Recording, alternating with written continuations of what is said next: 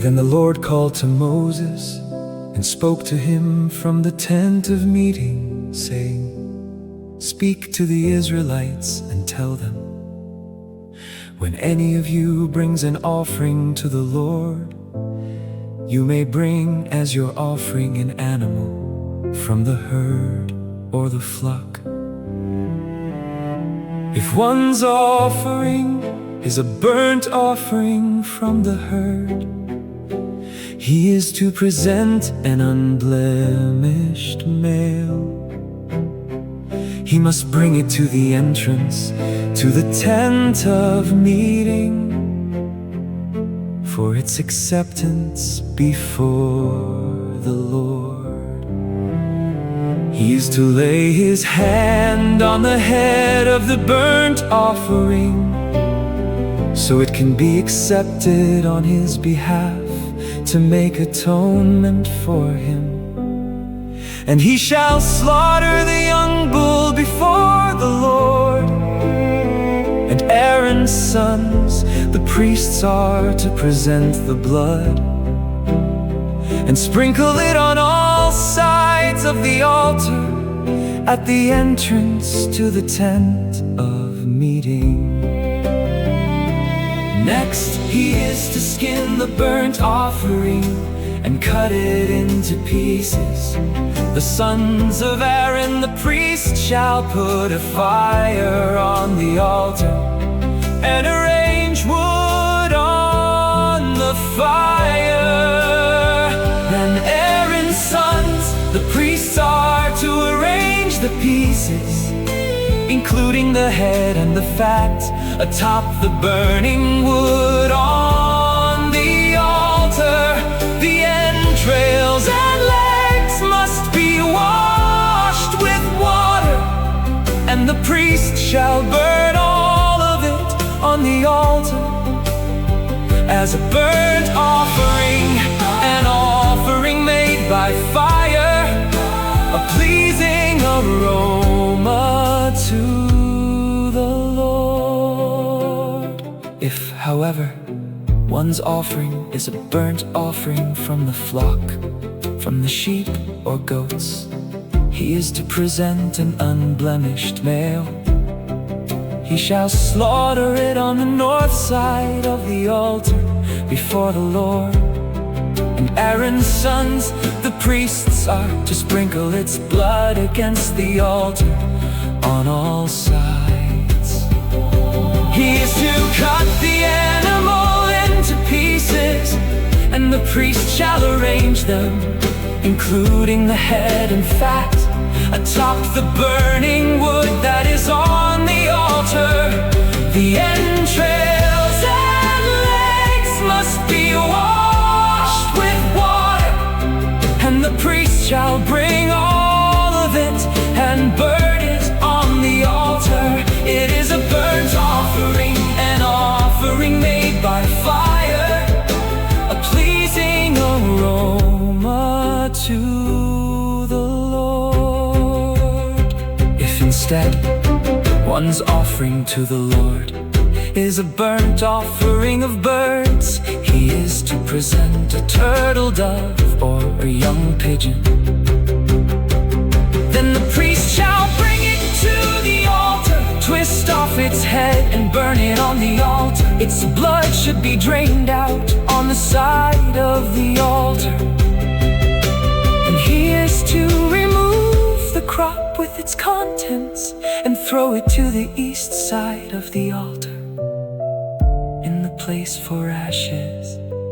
He shall tear it open by its wings without dividing the bird completely, and the priest is to burn it on the altar atop the burning wood. It is a burnt offering, an offering made by fire, a pleasing aroma to the Lord.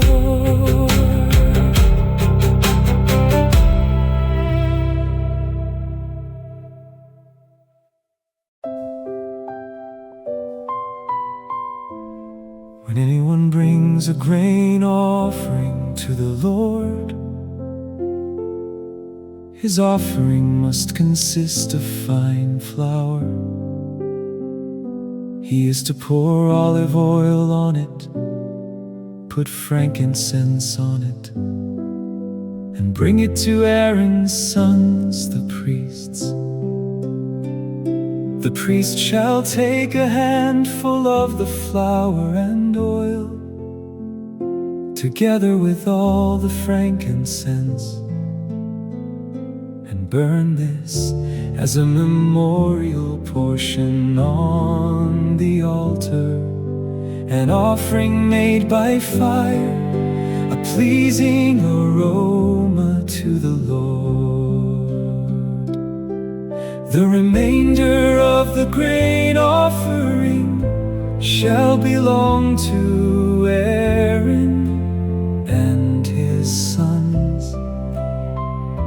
It is a most holy part of the offerings made by fire to the Lord. Now if you bring an offering of grain baked in an oven, it must consist of fine flour, either unleavened cakes mixed with oil, or unleavened wafers coated with oil. If your offering is a grain offering prepared on a griddle, it must be unleavened bread made of fine flour mixed with oil. Crumble it and pour oil on it. It is a grain offering. If your offering is a grain offering cooked in a pan, it must consist of fine flour with oil. When you bring to the Lord the grain offering made in any of these ways, it is to be presented to the priest, and he shall take it to the altar. The priest is to remove the memorial portion from the grain offering and burn it on the altar as an offering made by fire, a pleasing aroma to the Lord. But the remainder of the grain offering shall belong to Aaron and his sons.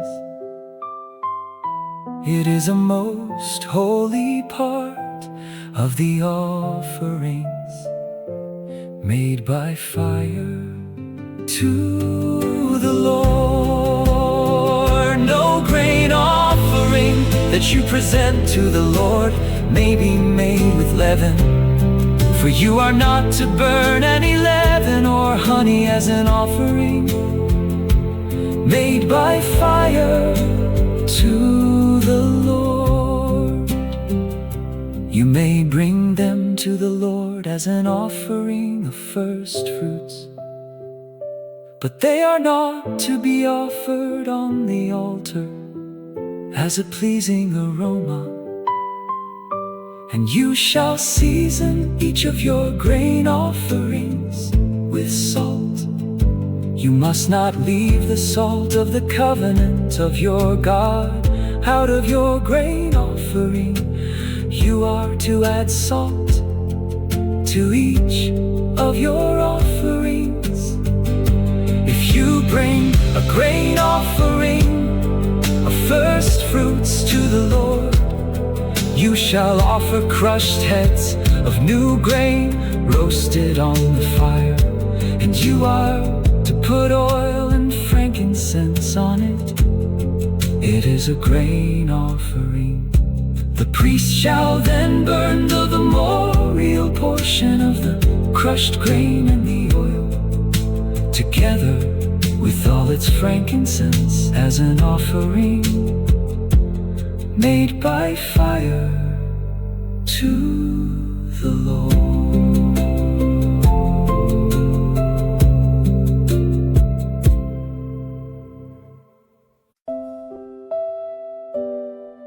one's offering is a peace offering, and he offers an animal from the herd, whether male or female, he must present it without blemish before the Lord.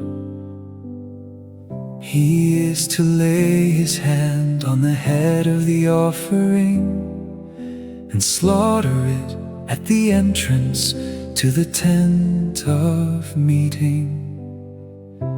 Then Aaron's sons, the priests, shall sprinkle the blood on all sides of the altar. From the peace offering, he is to bring an offering made by fire to the Lord. The fat that covers the entrails, all the fat that is on them, both kidneys with the fat on them near the loins, and the lobe of the liver, which he is to remove with the kidneys. Then Aaron's sons are to burn it on the altar atop the burnt offering that is on the burning wood, as an offering made by fire, a pleasing aroma to the Lord. If, however, one's peace offering to the Lord is from the flock, he must present a male or female without blemish. If he is presenting a lamb for his offering, he must present it before the Lord. He is to lay his hand on the head of his offering and slaughter it in front of the tent of meeting. Then Aaron's sons shall sprinkle its blood on all sides of the altar. And from the peace offering he shall bring an offering made by fire to the Lord, consisting of its fat, the entire fat tail cut off close to the backbone, the fat that covers the entrails, all the fat that is on them, both kidneys with the fat on them near the loins, and the lobe of the liver, which he is to remove with the kidneys. Then the priest is to burn them on the altar as food, an offering made by fire to the Lord. If one's offering is a goat, he is to present it before the Lord. He must lay his hand on its head and slaughter it in front of the tent of meeting. Then Aaron's sons shall sprinkle its blood on all sides of the altar. And from his offering he shall present an offering made by fire to the Lord. The fat that covers the entrails, all the fat that is on them, both kidneys with the fat on them near the loins, and the lobe of the liver, which he is to remove with the kidneys.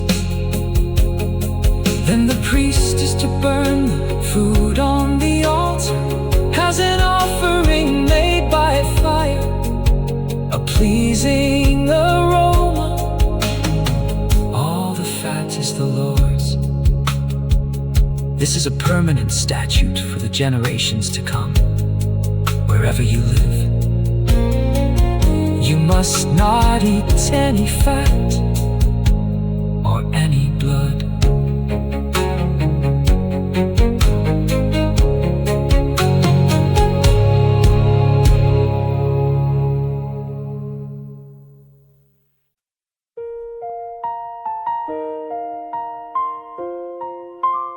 Then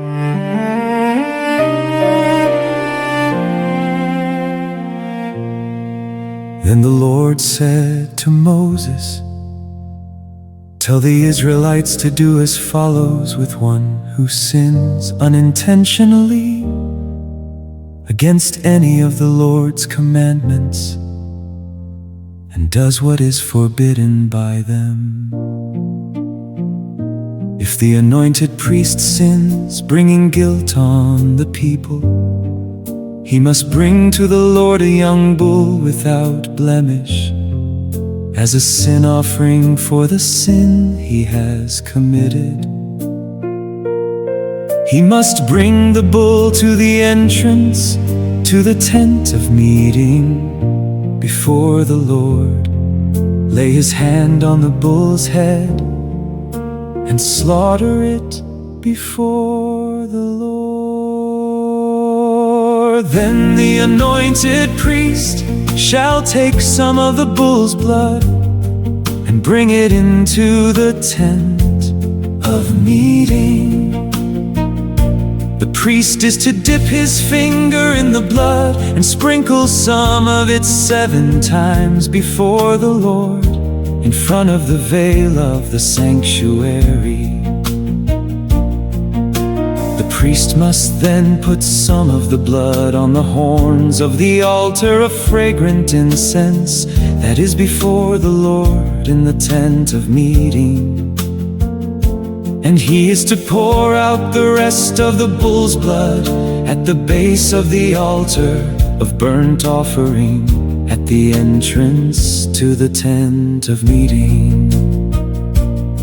Then he shall remove all the fat from the bull of the sin offering, the fat that covers the entrails, all the fat that is on them, both kidneys with the fat on them near the loins, and the lobe of the liver, which he is to remove with the kidneys.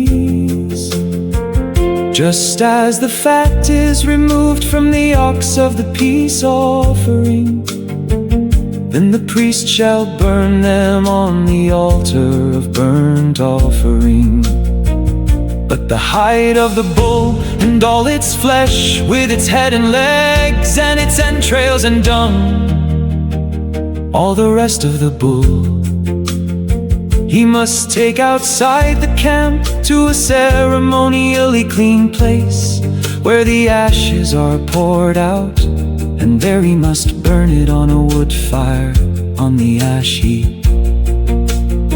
Now if the whole congregation of Israel strays unintentionally, and the matter escapes the notice of the assembly, so that they violate any of the Lord's commandments and incur guilt by doing what is forbidden, when they become aware of the sin they have committed, then the assembly must bring a young bull as a sin offering and present it before the tent of meeting.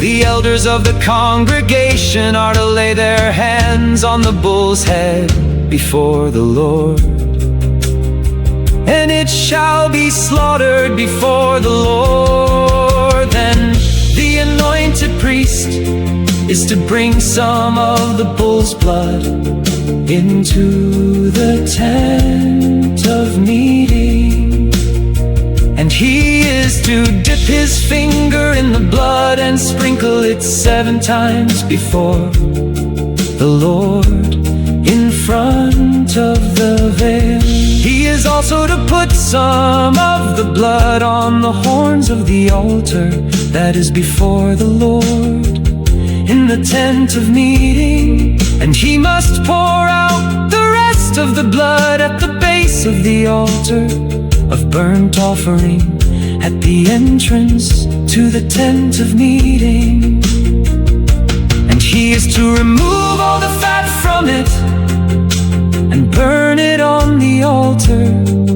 He shall offer this bull just as he did the bull for the sin offering. this way the priest will make atonement on their behalf, and they will be forgiven. Then he is to take the bull outside the camp and burn it, just as he burned the first bull. It is the sin offering for the assembly.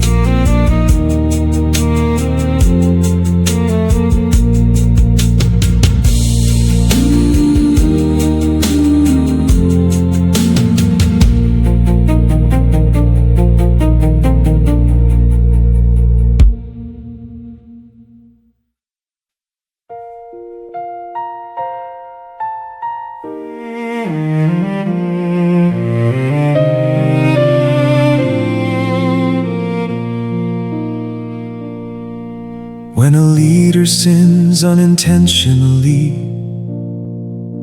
and does what is prohibited by any of the commandments of the Lord his God, he incurs guilt.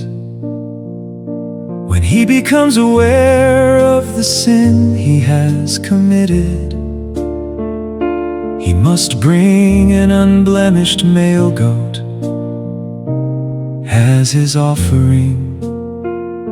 He is to lay his hand on the head of the goat and slaughter it at the place where the burnt offering is slaughtered before the Lord.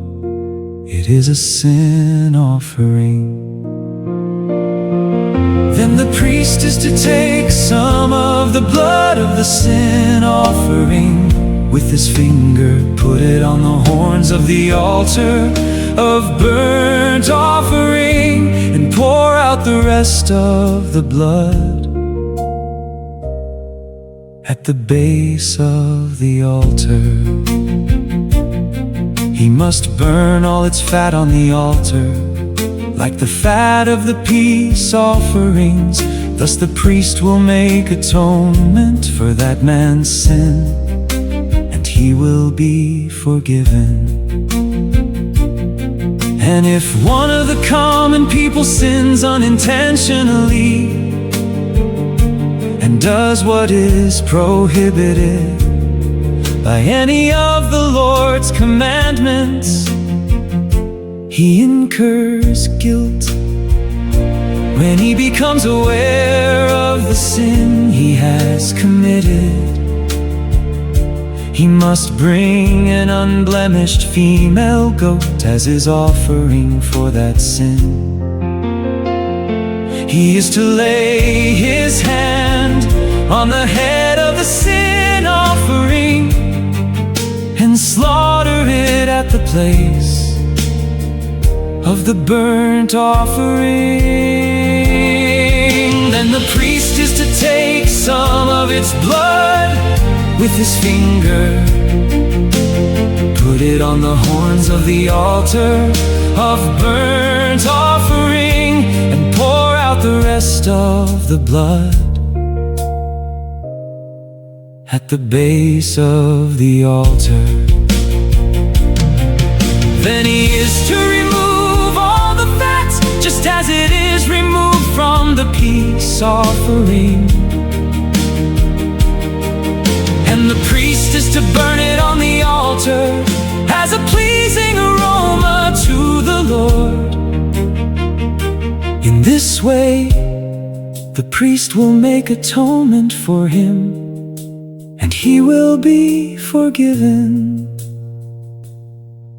If, however, he brings a lamb as a sin offering, he must bring an unblemished female, and he is to lay his hand on the head of the sin offering and slaughter it as a sin offering at the place where the burnt offering is slaughtered. Then the priest is to take some of the blood of the sin offering, with his finger put it on the horns of the altar of burnt offering, and pour out the rest of its blood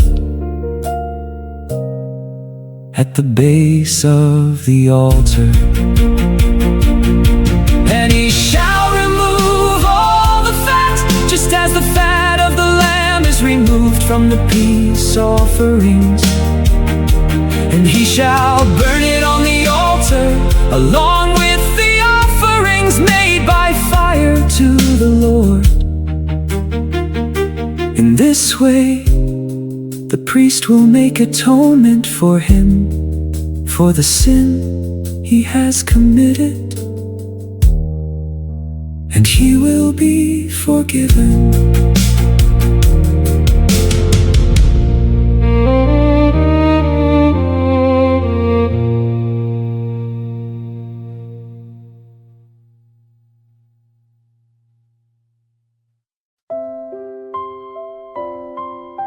He still million souls by failing to testify when he hears a public charge about something he has witnessed, whether he has seen it or learned of it.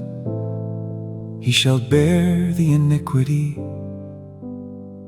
Or if a person touches anything unclean, whether the carcass of any unclean wild animal or livestock or crawling creature, even if he is unaware of it, he is unclean and guilty.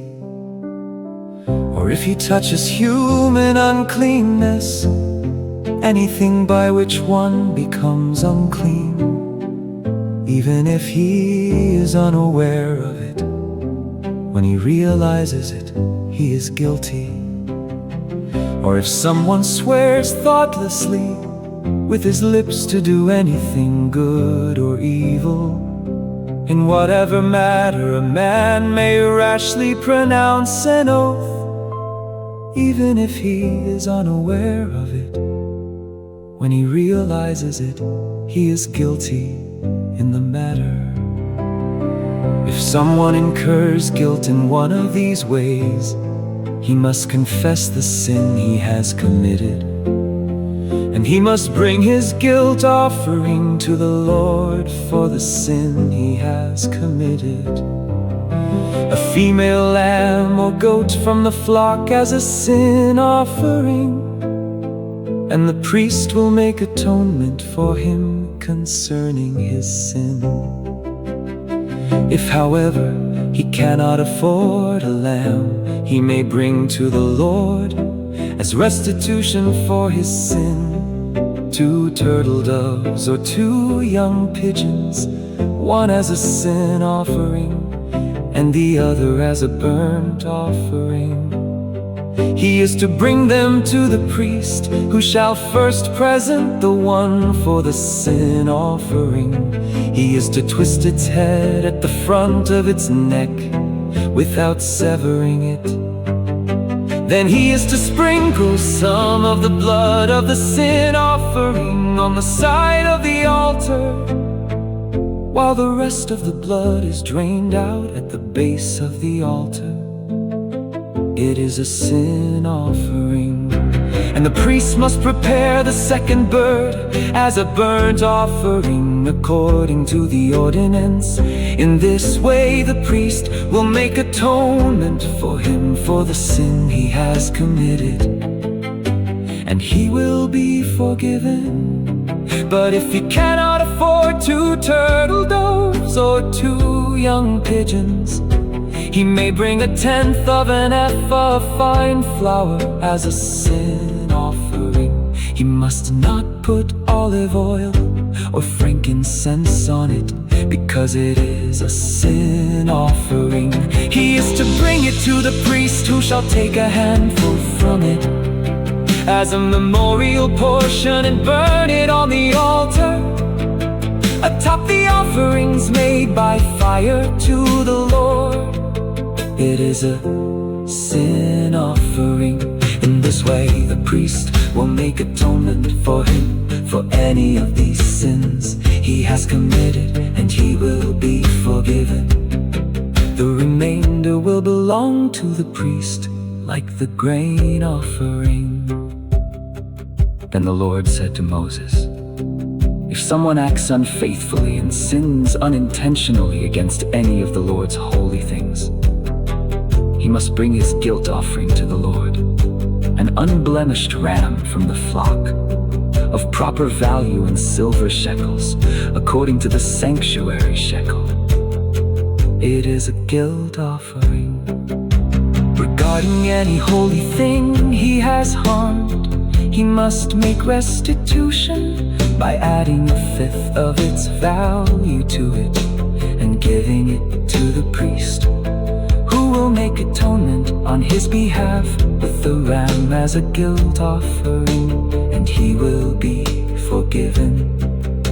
If someone sins and violates any of the Lord's commandments, even though he was unaware, he is guilty and shall bear his punishment. He is to bring to the priest an unblemished ram of proper value from the flock as a guilt offering. Then the priest will make atonement on his behalf for the wrong he has committed in ignorance, and he will be forgiven. It is a guilt offering. He was certainly guilty before the Lord."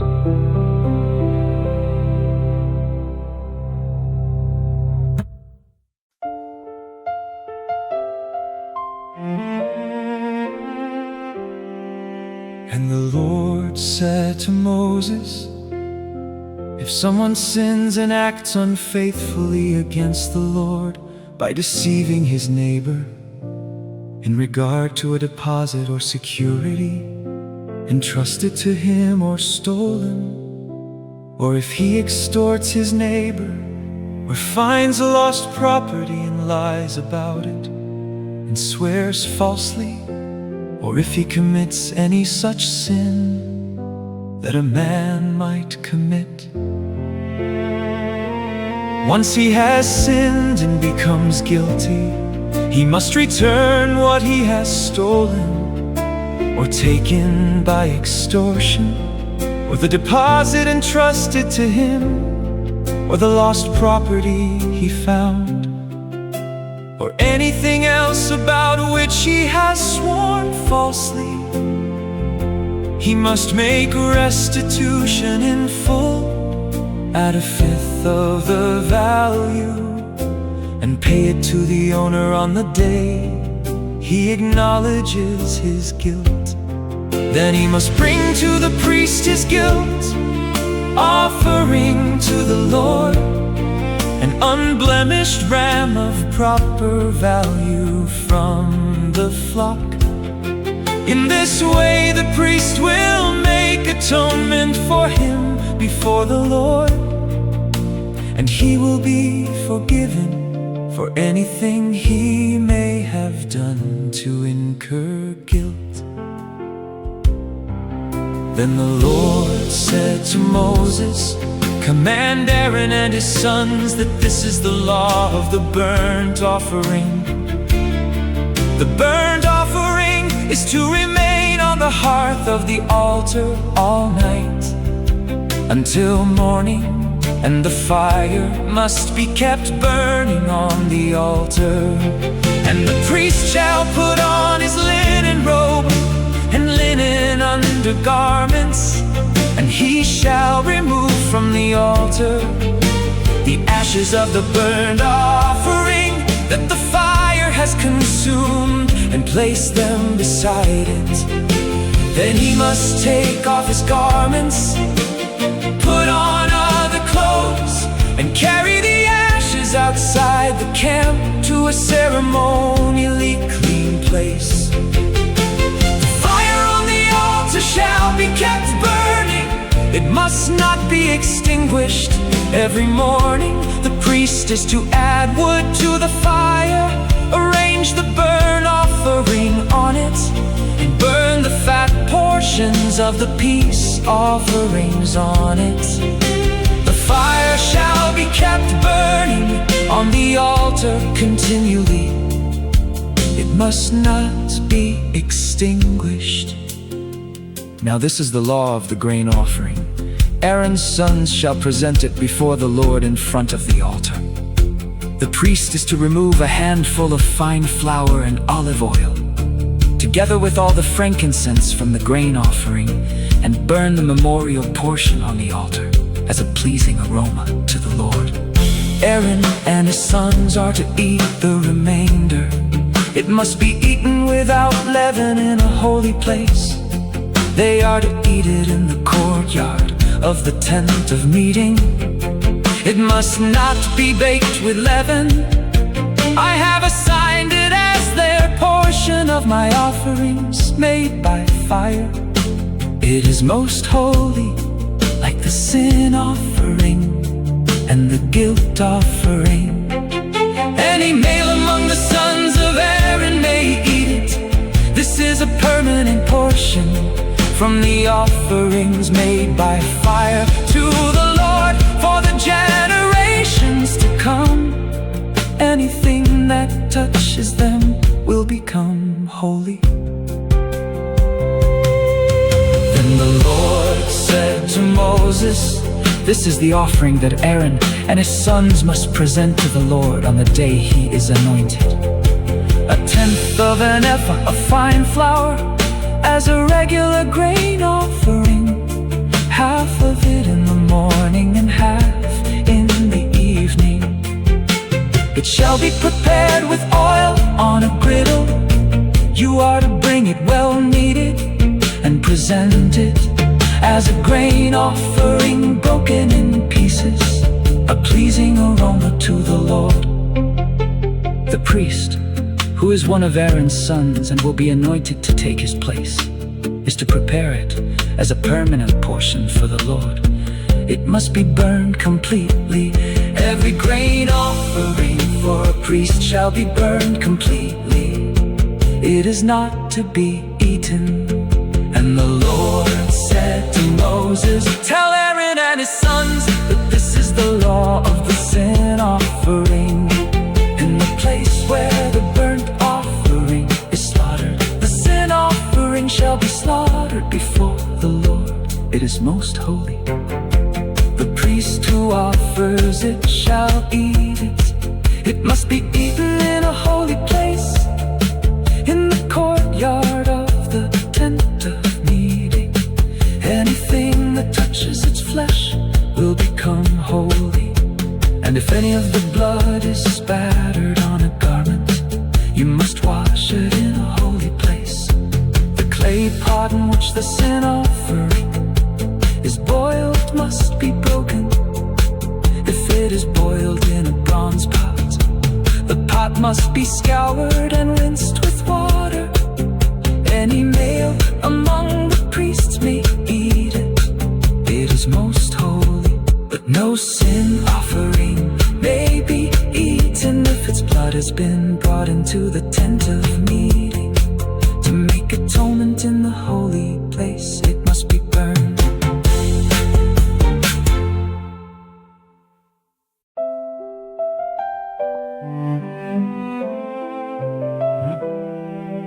Now this is the Now this is the law of the guilt offering, which is most holy. The guilt offering must be slaughtered in the place where the burnt offering is slaughtered, and the priest shall sprinkle its blood on all sides of the altar, and all the fat from it shall be offered. The fat tail, the fat that covers the entrails, both kidneys with the fat on them near the loins, and the lobe of the liver, which is to be removed with the kidneys. The priest shall burn them on the altar as an offering made by fire to the Lord. It is a guilt offering. Every male among the priests may eat of it. It must be eaten in a holy place. It is most holy. The guilt offering is like the sin offering. The same law applies to both. It belongs to the priest who makes atonement with it. As for the priest who presents a burnt offering for anyone, the height of that offering belongs to him. Likewise, every grain offering that is baked in an oven or cooked in a pan or on a griddle belongs to the priest who presents it. And every grain offering, whether dry or mixed with oil, belongs equally to all the sons of Aaron. Now this is the law of the peace offering, that one may present to the Lord. If he offers it in thanksgiving, then along with the sacrifice of thanksgiving, he shall offer unleavened cakes mixed with olive oil, unleavened wafers coated with oil, and well-kneaded cakes of fine flour mixed with oil. Along with his peace offering of thanksgiving, he is to present an offering with cakes of leavened bread. From the cakes he must present one portion of each offering as a contribution to the Lord. It belongs to the priest who sprinkles the blood of the peace offering. The meat of the sacrifice of his peace offering of thanksgiving must be eaten on the day he offers it. None of it may be left until morning. If, however, the sacrifice he offers is a vow or a free will offering, it shall be eaten on the day he presents his sacrifice, but the remainder may be eaten on the next day. But any meat of the sacrifice remaining until the third day must be burned up. If any of the meat from his peace offering is eaten on the third day, it will not be accepted, it will not be credited to the one who presented it. It shall be an abomination, and the one who eats of it shall bear his iniquity. Meat that touches anything unclean must not be eaten, it is to be burned up. As for any other meat, anyone who is ceremonially clean may eat it. But if anyone who is unclean eats meat from the peace offering that belongs to the Lord, that person must be cut off from his people. If one touches anything unclean, whether human uncleanness, an unclean animal, or any unclean detestable thing, and then eats any of the meat of the peace offering that belongs to the Lord, that person must be cut off from his people. Then the Lord said to Moses, "Speak to the Israelites and say, you are not to eat any of the fat of an ox, a sheep, or a goat, the fat of an animal found dead or mauled by wild beasts may be used for any other purpose, but you must not eat it. If anyone eats the fat of an animal from which an offering made by fire may be presented to the Lord, the one who eats it must be cut off from his people. You must not eat the blood of any bird or animal in any of your dwellings. If anyone eats blood, that person must be cut off from his people." Then the Lord said to Moses, "Speak to the Israelites and say, anyone who presents a peace offering to the Lord must bring it as a sacrifice to the Lord. With his own hands he is to bring the offerings made by fire to the Lord.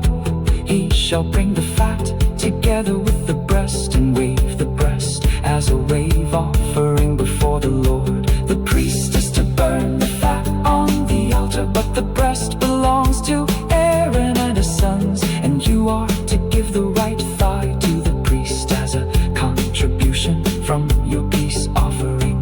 The son of Aaron who presents the blood and fat of the peace offering shall have the right thigh as a portion. I have taken from the sons of Israel the breast of the wave offering and the thigh of the contribution of their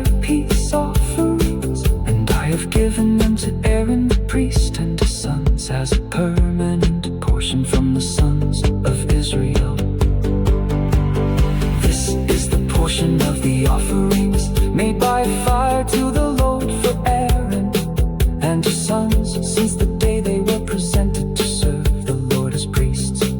On the day they were anointed, the Lord commanded that this be given them by the sons of Israel. It is a permanent portion for the generations to come. This is the law of the burnt offering, the grain offering, the sin offering, the guilt offering, the ordination offering, and the peace offering, which the Lord gave Moses on Mount Sinai on the day he commanded the Israelites to present their offerings to the Lord in the wilderness of Sinai.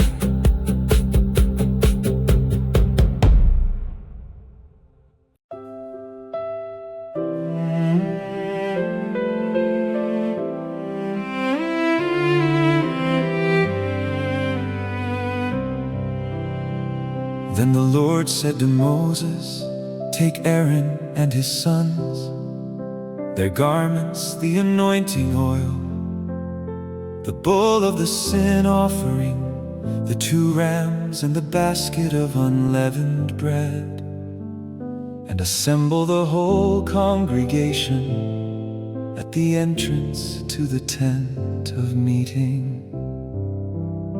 So Moses did as the Lord had commanded him, and the assembly gathered at the entrance to the tent of meeting. And Moses said to them, "This is what the Lord has commanded to be done." Then Moses presented Aaron and his sons and washed them with water. He put the tunic on Aaron, tied the sash around him, clothed him with the robe, and put the ephod on him. He tied the woven band of the ephod around him and fastened it to him. Then he put the breastpiece on him and placed the Urim and Thummim in the breastpiece. Moses also put the turban on Aaron's head and set the gold plate, the holy diadem, on the front of the turban as the Lord had commanded him. Next, Moses took the anointing oil and anointed the tabernacle and everything in it, and so he consecrated them. He sprinkled some of the oil on the altar 7 times, anointing the altar and all its utensils and the basin with its stand to consecrate them. He also poured some of the anointing oil on Aaron's head and anointed him to consecrate him. Then Moses presented Aaron's sons, put tunics on them, wrapped sashes around them, and tied headbands on them, just as the Lord had commanded him. Moses then brought the bull near for the sin offering, and Aaron and his sons laid their hands on its head. Moses slaughtered the bull, took some of the blood, and applied it with his finger to all 4 horns of the altar. Purifying the altar, he poured out the rest of the blood at the base of the altar, and consecrated it so that atonement could be made on it. Moses also took all the fat that was on the entrails, the lobe of the liver, and both kidneys and their fat, and burned it all on the altar. But the bull with its hide, flesh, and dung, he burned outside the camp, as the Lord had commanded him. Then Moses presented the ram for the burnt offering, and Aaron and his sons laid their hands on its head. Moses slaughtered the ram and sprinkled the blood on all sides of the altar. He cut the ram into pieces and burned the head, the pieces, and the fat. He washed the entrails and legs with water, and burned the entire ram on the altar as a burnt offering, a pleasing aroma, an offering made by fire to the Lord, just as the Lord had commanded Moses. After that, Moses presented the other ram, the ram of ordination, and Aaron and his sons laid their hands on its head. Moses slaughtered the ram and took some of its blood and put it on Aaron's right earlobe, on the thumb of his right hand, and on the big toe of his right foot. Moses also presented Aaron's sons and put some of the blood on their right earlobes, on the thumbs of their right hands, and on the big toes of their right feet.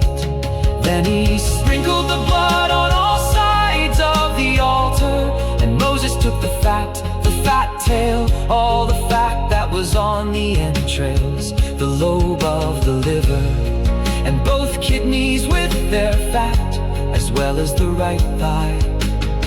And from the basket of unleavened bread that was before the Lord, he took 1 cake of unleavened bread, 1 cake of bread made with oil, and 1 wafer, and he placed them on the fat portions and on the right thigh.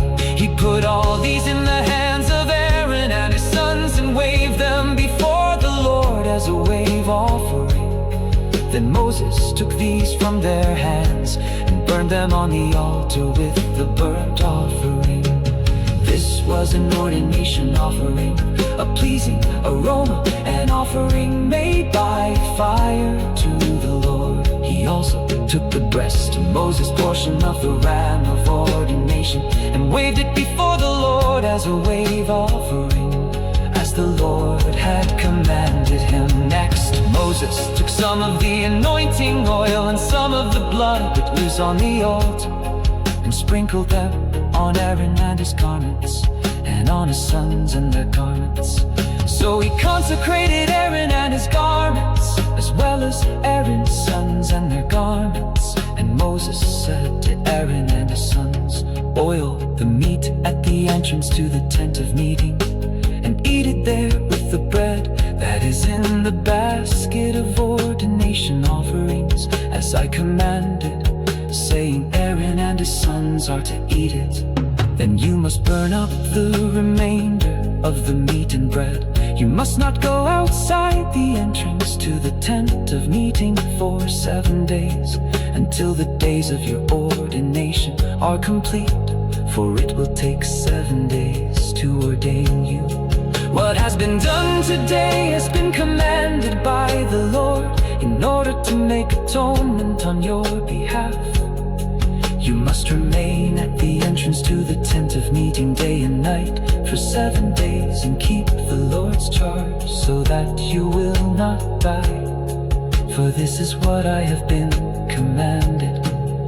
So Aaron and his sons did everything the Lord had commanded through Moses.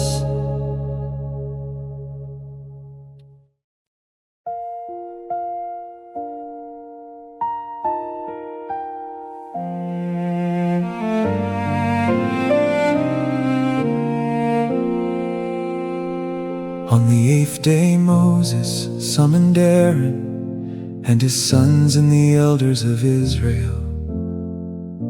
He said to Aaron, "Take for yourself a young bull for a sin offering, and a ram for a burnt offering, both without blemish, and present them before the Lord. Then speak to the Israelites and say, take a male goat for a sin offering, a calf and a lamb, both a year old and without blemish, for a burnt offering, an ox and a ram for a peace offering to sacrifice before the Lord, and a grain offering mixed with oil, for today the Lord will appear to you." So they took what Moses had commanded to the front of the tent of meeting, and the whole congregation drew near and stood before the Lord. And Moses said, This is what the Lord has commanded you to do, so that the glory of the Lord may appear to you. Then Moses said to Aaron, approach the altar and sacrifice your sin offering and your burnt offering to make atonement for yourself and for the people, and sacrifice the people's offering to make atonement for them, as the Lord has commanded. So Aaron approached the altar and slaughtered the calf as a sin offering for himself. The sons of Aaron brought the blood to him, and he dipped his finger in the blood and applied it to the horns of the altar, and he poured out the rest of the blood at the base of the altar. On the altar he burned the fat, the kidneys, and the lobe of the liver from the sin offering, as the Lord had commanded Moses. But he burned up the flesh and the hide outside the camp. Then Aaron slaughtered the burnt offering. His sons brought him the blood, and he sprinkled it on all sides of the altar. They brought him the burnt offering piece by piece, including the head, and he burned them on the altar. He washed the entrails and the legs and burned them atop the burnt offering on the altar. Aaron then presented the people's offering. He took the male goat for the people's sin offering, slaughtered it, and offered it for sin like the first one.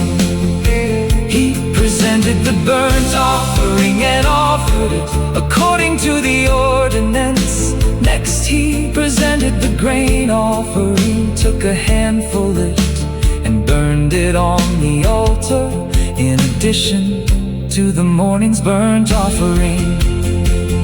Then he slaughtered the ox and the ram as the people's peace offering. His sons brought him the blood, and he sprinkled it on all sides of the altar. They also brought the fat portions from the ox and the ram, the fat tail, the fat covering, the entrails, the kidneys, and the lobe of the liver, and placed these on the breasts. Aaron burned the fat portions on the altar, but he waved the breasts and the right thigh as a wave offering before the Lord, as Moses had commanded. Aaron lifted up his hands toward the people and blessed them, and having made the sin offering, the burnt offering, and the peace offering, he stepped down. Moses and Aaron then entered the tent of meeting. When they came out, they blessed the people, and the glory of the Lord appeared to all the people. Fire came out from the presence of the Lord and consumed the burnt offering and the fat portions on the altar. And when all the people saw it, they shouted for joy and fell face down.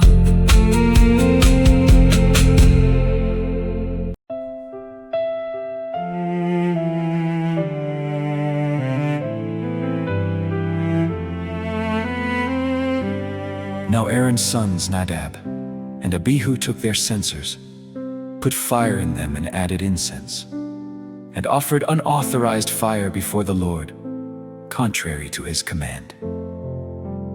So fire came out from the presence of the Lord and consumed them, and they died in the presence of the Lord.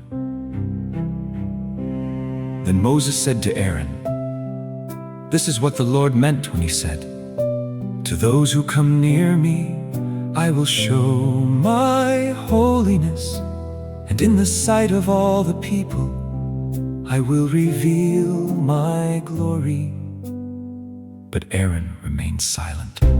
Moses summoned Mishael and Elzaphan, sons of Aaron's uncle Uzziel, and said to them, "Come here, carry the bodies of your cousins outside the camp, away from the front of the sanctuary." So they came forward and carried them, still in their tunics, outside the camp, as Moses had directed.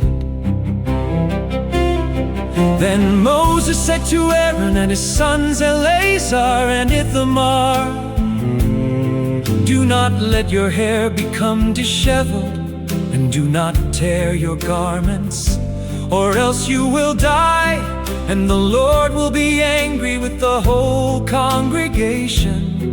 But your brothers, the whole house of Israel, may mourn on account of the fire that the Lord has ignited. You shall not go outside the entrance to the tent of meeting, or you will die, for the Lord's anointing oil is on you." So they did as Moses instructed. Then the Lord said to Aaron, "You and your sons are not to drink wine or strong drink when you enter the tent of meeting, or else you will die. This is a permanent statute for the generations to come. You must distinguish between the holy and the common, between the clean and the unclean, so that you may teach the Israelites all the statutes that the Lord has given them through Moses." And Moses said to Aaron and his remaining sons, Eleazar and Ithamar, "Take the grain offering that remains from the offerings made by fire to the Lord, and eat it without leaven beside the altar, because it is most holy. You shall eat it in a holy place, because it is your share and your sons' share of the offerings made by fire to the Lord. For this is what I have been commanded.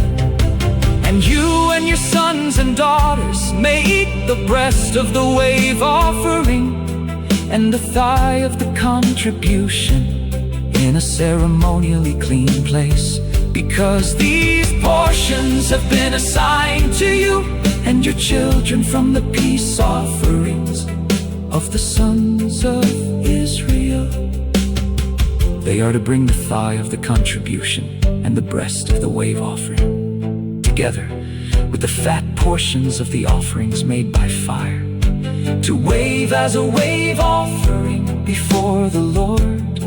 It will belong permanently to you and your children, as the Lord has commanded."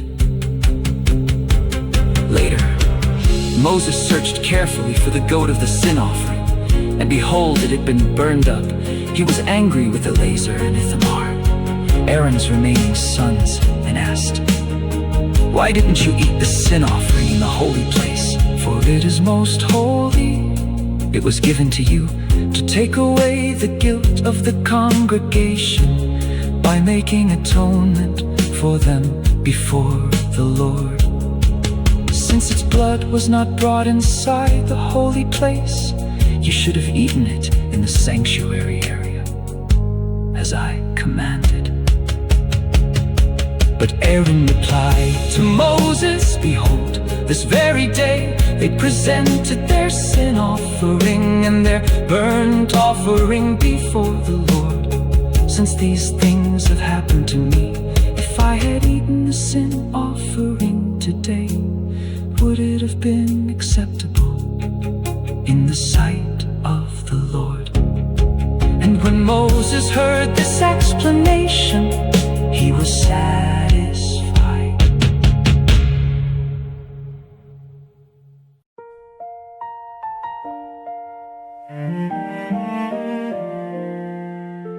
The Lord spoke again to Moses and Aaron, telling them, "Say to the Israelites, Of all the beasts of the earth, these ones you may eat. You may eat any animal that has a split hoof, completely divided, and that chews the cud. But of those that only chew the cud, or only have a divided hoof, you are not to eat the following. The camel, though it chews the cud, does not have a divided hoof. It is unclean for you. The rock badger, though it chews the cud, does not have a divided hoof. It is unclean for you. The rabbit, though it chews the cud, does not have a divided hoof. It is unclean for you. And the pig, though it has a split hoof, completely divided, does not chew the cud. It is unclean for you. You must not eat their meat or touch their carcasses. They are unclean for you. Of all the creatures that live in the water, whether in the seas or in the streams, you may eat anything with fins and scales. But the following among all the teeming life and creatures in the water are detestable to you: everything in the seas or streams that does not have fins and scales. They shall be an abomination to you. You must not eat their meat, and you must detest their carcasses. Everything in the water that does not have fins and scales shall be detestable to you.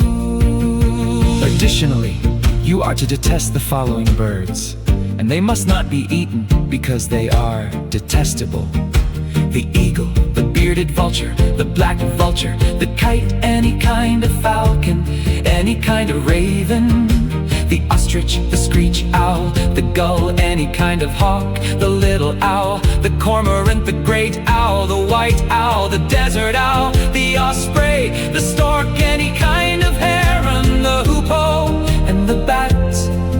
All flying insects that walk on all fours are detestable to you. However, you may eat the following kinds of flying insects that walk on all fours: those having jointed legs above their feet for hopping on the ground. Of these, you may eat any kind of locust, katydid, cricket, or grasshopper. All other flying insects that have 4 legs are detestable to you. These creatures will make you unclean. Whoever touches their carcasses will be unclean until evening. And whoever picks up one of their carcasses must wash his clothes, and he will be unclean until evening.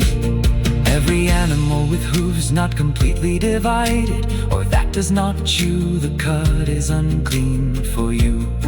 Whoever touches any of them will be unclean. All the 4-footed animals that walk on their paws are unclean for you. Whoever touches their carcasses will be unclean until evening.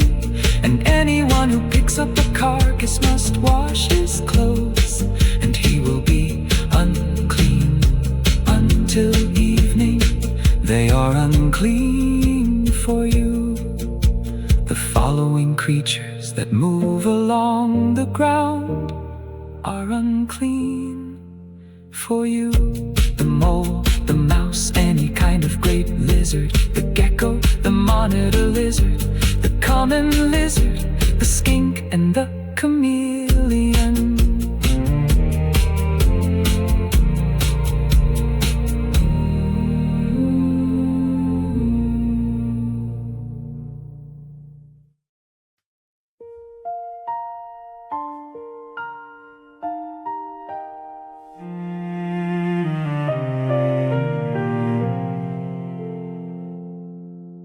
These animals are unclean for you among all the crawling creatures.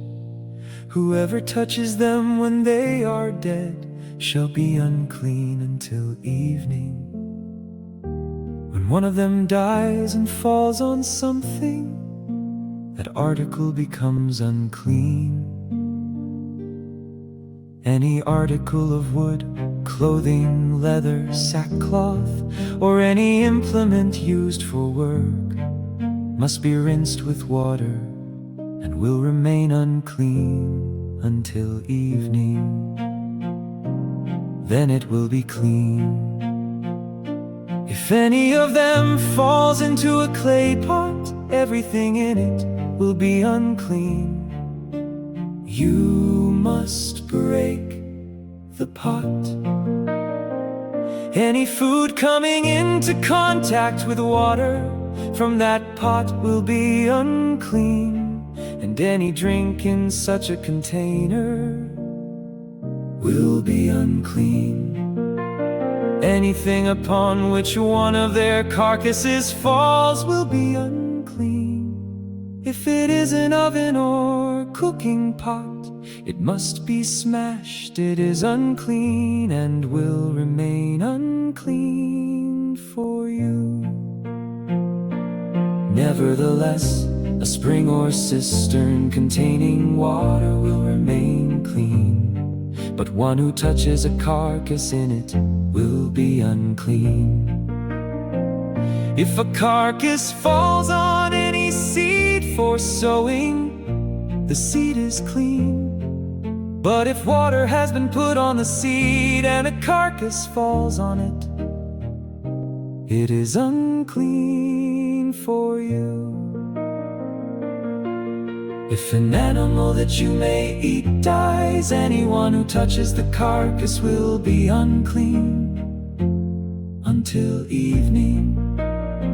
Whoever eats from the carcass must wash his clothes and will be unclean until evening. And anyone who picks up the carcass must wash his clothes and will be unclean until evening. Every creature that moves along the ground is detestable. It must not be eaten.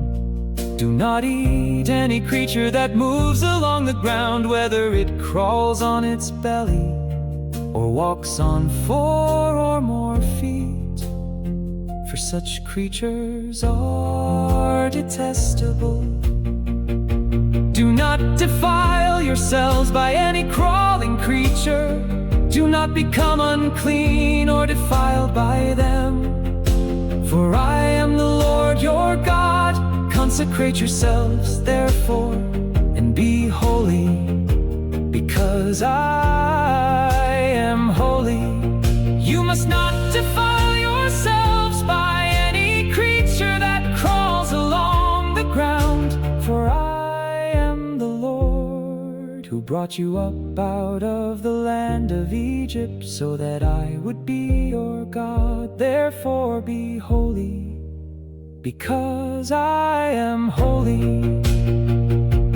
This is the law regarding animals, birds, all living creatures that move in the water, and all creatures that crawl along the ground.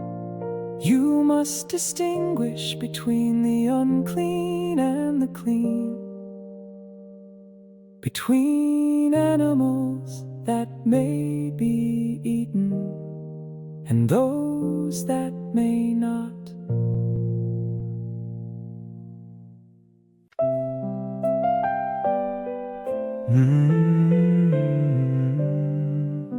Then the Lord said to Moses, say to the Israelites, a woman who becomes pregnant and gives birth to a son will be unclean for 7 days, as she is during the days of her menstruation.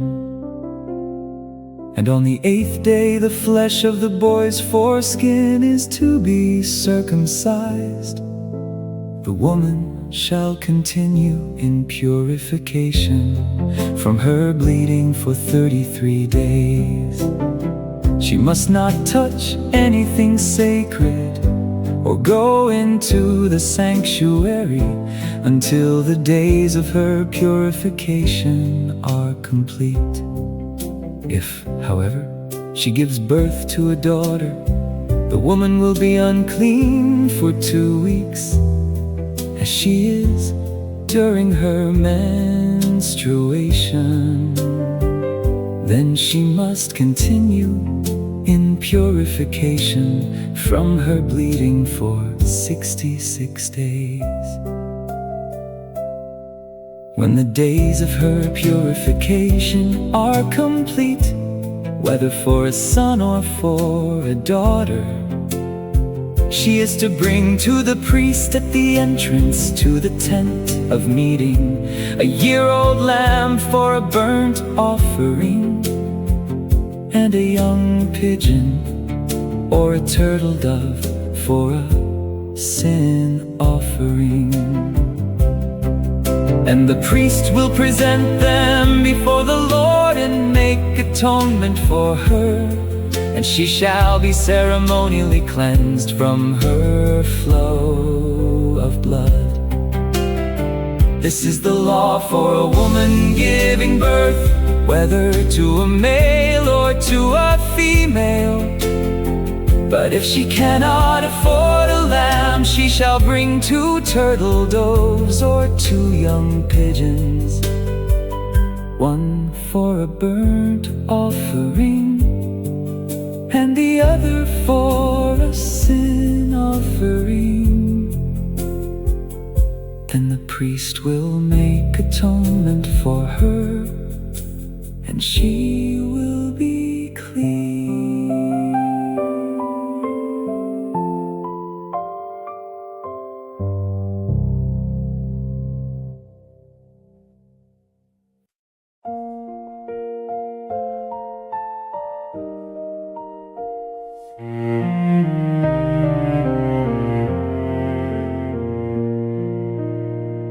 Then the Lord said to Moses and Aaron, when someone has a swelling or rash or bright spot on his skin that could become an infectious skin disease, he must be brought to Aaron the priest, or to one of his sons who is a priest. The priest is to examine the infection on his skin, and if the hair in the infection has turned white, and the sore appears to be deeper than the skin, it is a skin disease. After the priest examines him, he must pronounce him unclean. If, however, the spot on his skin is white and does not appear to be deeper than the skin, and the hair in it has not turned white, the priest shall isolate the infected person for 7 days. On the 7th day, the priest is to re-examine him, and if he sees that the infection is unchanged and has not spread on the skin, the priest must isolate him for another 7 days. The priest will examine him again on the 7th day, and if the sore has faded and has not spread on the skin, the priest shall pronounce him clean. It is a rash, the person must wash his clothes and be clean. But if the rash spreads further on his skin after he has shown himself to the priest for his cleansing, he must present himself again to the priest. The priest will re-examine him, and if the rash has spread on the skin, the priest must pronounce him unclean.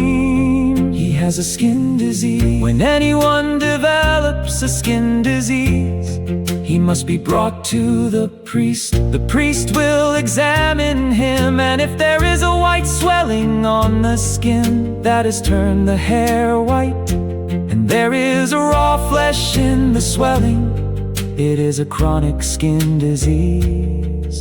and the priest must pronounce him unclean. He need not isolate him, for he is unclean. But if the skin disease breaks out all over his skin, so that it covers all the skin of the infected person from head to foot, as far as the priest can see, the priest shall examine him, and if the disease has covered his entire body, he is to pronounce the infected person clean. Since it has all turned white, he is clean. But whenever raw flesh appears on someone, he will be unclean. When the priest sees the raw flesh, he must pronounce him unclean. The raw flesh is unclean. It is a skin disease. But if the raw flesh changes and turns white, he must go to the priest. The priest will re-examine him, and if the infection has turned white, the priest is to pronounce the infected person clean.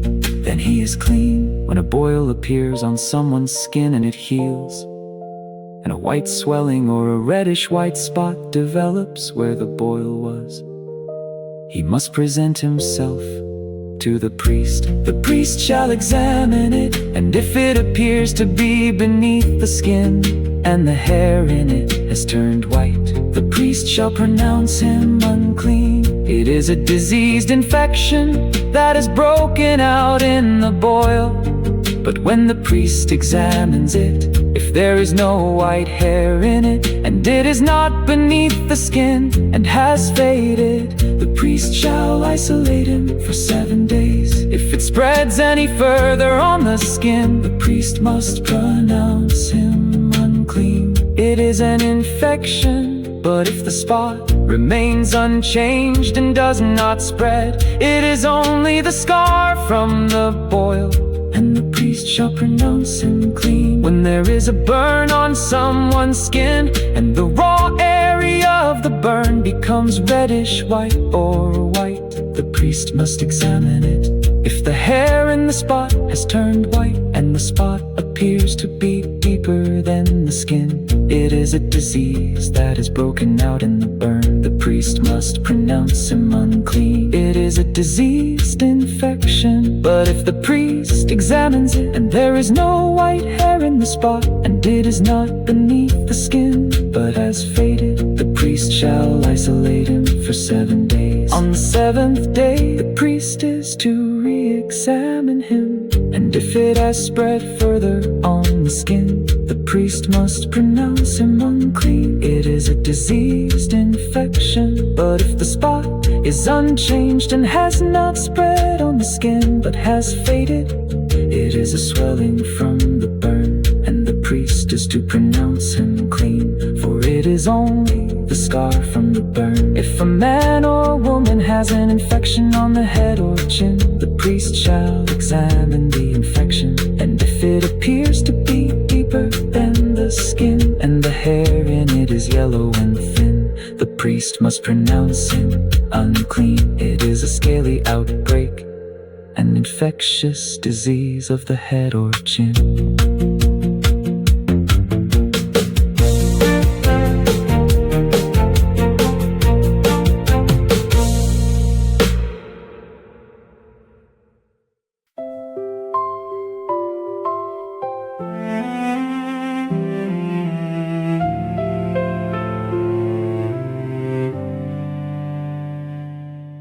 But if the priest examines the scaly infection, and it does not appear to be deeper than the skin,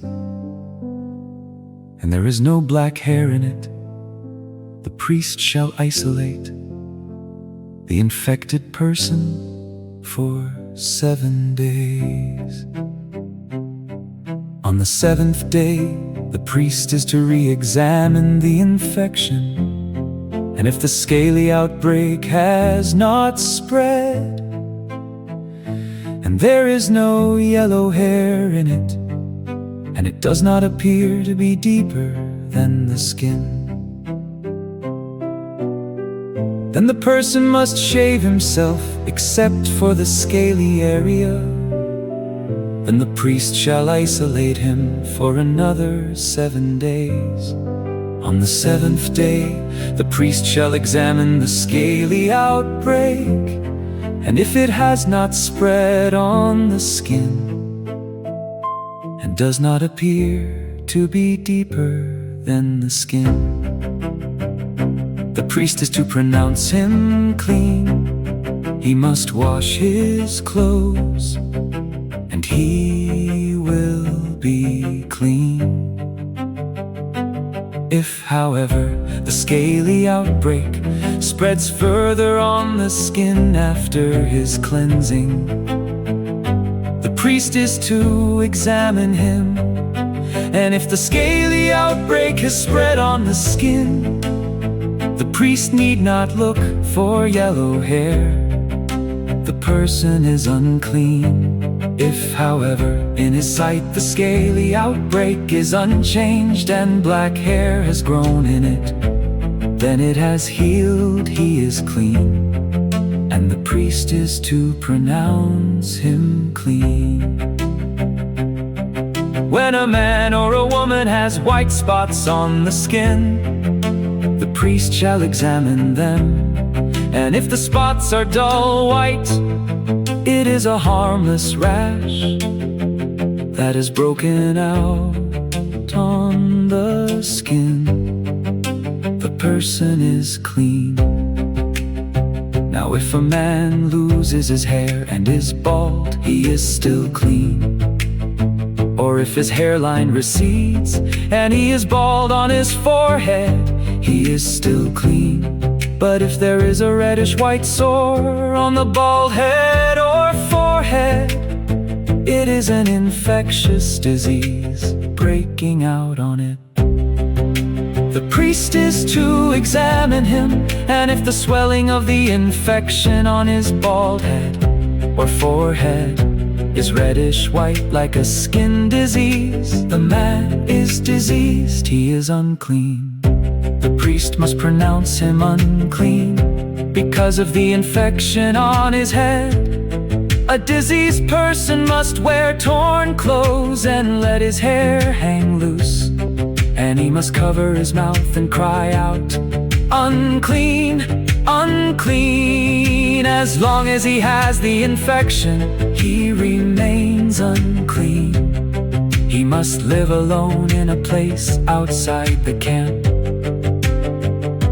If any fabric is contaminated with mildew, any wool or linen garment, any weave or knit of linen or wool, or any article of leather, and if the mark in the fabric, leather, weave, knit, or leather article is green or red, then it is contaminated with mildew and must be shown to the priest. And the priest is to examine the mildew and isolate the contaminated fabric for 7 days. On the 7th day the priest shall re-examine it, and if the mildew has spread in the fabric, weave, knit, or leather, then regardless of how it is used, it is a harmful mildew. The article is unclean. He is to burn the fabric, weave, or knit, whether the contaminated item is wool or linen or leather. Since the mildew is harmful, the article must be burned up. But when the priest re-examines it, if the mildew has not spread in the fabric, weave, knit, or leather article, the priest is to order the contaminated article to be washed and isolated for another 7 days. After it has been washed, the priest is to re-examine it, and if the mildewed article has not changed in appearance, it is unclean.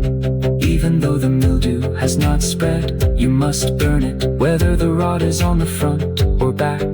If the priest examines it, and the mildew has faded after it has been washed, he must cut the contaminated section out of the fabric, leather, weave, or knit. But if if it reappears in the fabric, weave or knit, or on any leather article it is spreading, you must burn the contaminated article. If the mildew disappears from the fabric, weave or knit, or any leather article after washing, then it is to be washed again, and it will be clean. This is the law concerning a mildew contamination in wool or linen fabric, weave or knit, or any leather article, for pronouncing it clean or unclean.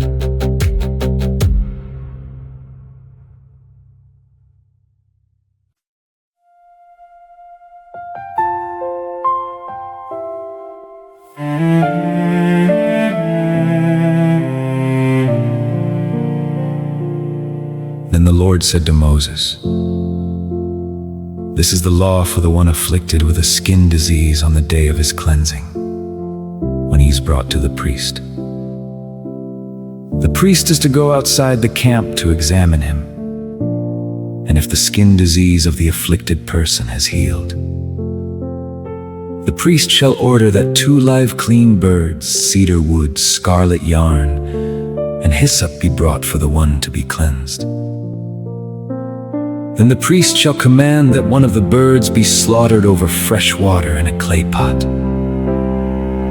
And he is to take the live bird together with the cedar wood, scarlet yarn, and hyssop, and dip them into the blood of the bird that was slaughtered over the fresh water. 7 times he shall sprinkle the one to be cleansed of the skin disease. Then he shall pronounce him clean and release the live bird into the open field. The one being cleansed must wash his clothes, shave off all his hair, and bathe with water. Then he will be ceremonially clean afterward. He may enter the camp, but he must remain outside his tent for 7 days. On the 7th day, he must shave off all his hair, his head, his beard, his eyebrows, and the rest of his hair. He must wash his clothes and bathe himself with water, and he will be clean. On the 8th day he is to bring 2 unblemished male lambs, an unblemished ewe lamb a year old, a grain offering of 3/10 of an ephah of fine flour mixed with olive oil, and 1 log of olive oil. The priest who performs the cleansing shall present the one to be cleansed, together with these offerings, before the Lord at the entrance to the tent of meeting. Then the priest is to take one of the male lambs and present it as a guilt offering, along with the log of olive oil, and he must wave them as a wave offering before the Lord. Then he is to slaughter the lamb in the sanctuary area, where the sin offering and burnt offering are slaughtered, like the sin offering. The guilt offering belongs to the priest. It is most holy. The priest is to take some of the blood from the guilt offering and put it on the right earlobe of the one to be cleansed, on the thumb of his right hand, and on the big toe of his right foot. Then the priest shall take some of the log of olive oil, pour it into his left palm, dip his right forefinger into the oil in his left palm, and sprinkle some of the oil with his finger 7 times before the Lord. And the priest is to put some of the oil remaining in his palm on the right earlobe of the one to be cleansed, on the thumb of his right hand, and on the big toe of his right foot, on top of the blood of the guilt offering. The rest of the oil in his palm, the priest is to put on the head of the one to be cleansed, to make atonement for him before the Lord. Then the priest is to sacrifice the sin offering, and make atonement for the one to be cleansed from his uncleanness. After that, the priest shall slaughter the burnt offering and offer it on the altar with the grain offering to make atonement for him, and he will be clean. If, however, the person is poor and cannot afford these offerings, he is to take one male lamb as a guilt offering to be waved to make atonement for him, along with 1/10 of an ephah of fine flour mixed with olive oil for a grain offering, a log of olive oil, and 2 turtle doves or 2 young pigeons, whichever he can afford, one to be a sin offering and the other a burnt offering. On the 8th day he is to bring them for his cleansing to the priest at the entrance to the tent of meeting before the Lord. The priest shall take the lamb for the guilt offering, along with the log of olive oil, and wave them as a wave offering before the Lord. And after he slaughters the lamb for the guilt offering, the priest is to take some of the blood of the guilt offering and put it on the right earlobe of the one to be cleansed, on the thumb of his right hand, and on the big toe of his right foot. Then the priest is to pour some of the oil into his left palm and sprinkle with his right forefinger some of the oil in his left palm 7 times before the Lord. The priest shall also put some of the oil in his palm on the right earlobe of the one to be cleansed, on the thumb of his right hand, and on the big toe of his right foot, on the same places as the blood of the guilt offering. The rest of the oil in his palm the priest is to put on the head of the one to be cleansed, to make atonement for him before the Lord. Then he must sacrifice the turtle doves or young pigeons, whichever he can afford, one as a sin offering and the other as a burnt offering, together with the grain offering. In this way, the priest will make atonement before the Lord for the one to be cleansed.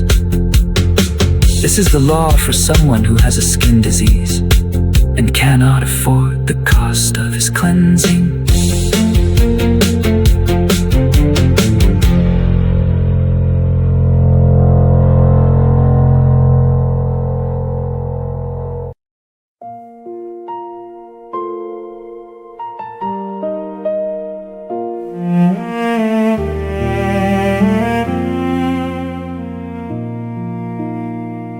Then the Lord said to Moses and Aaron,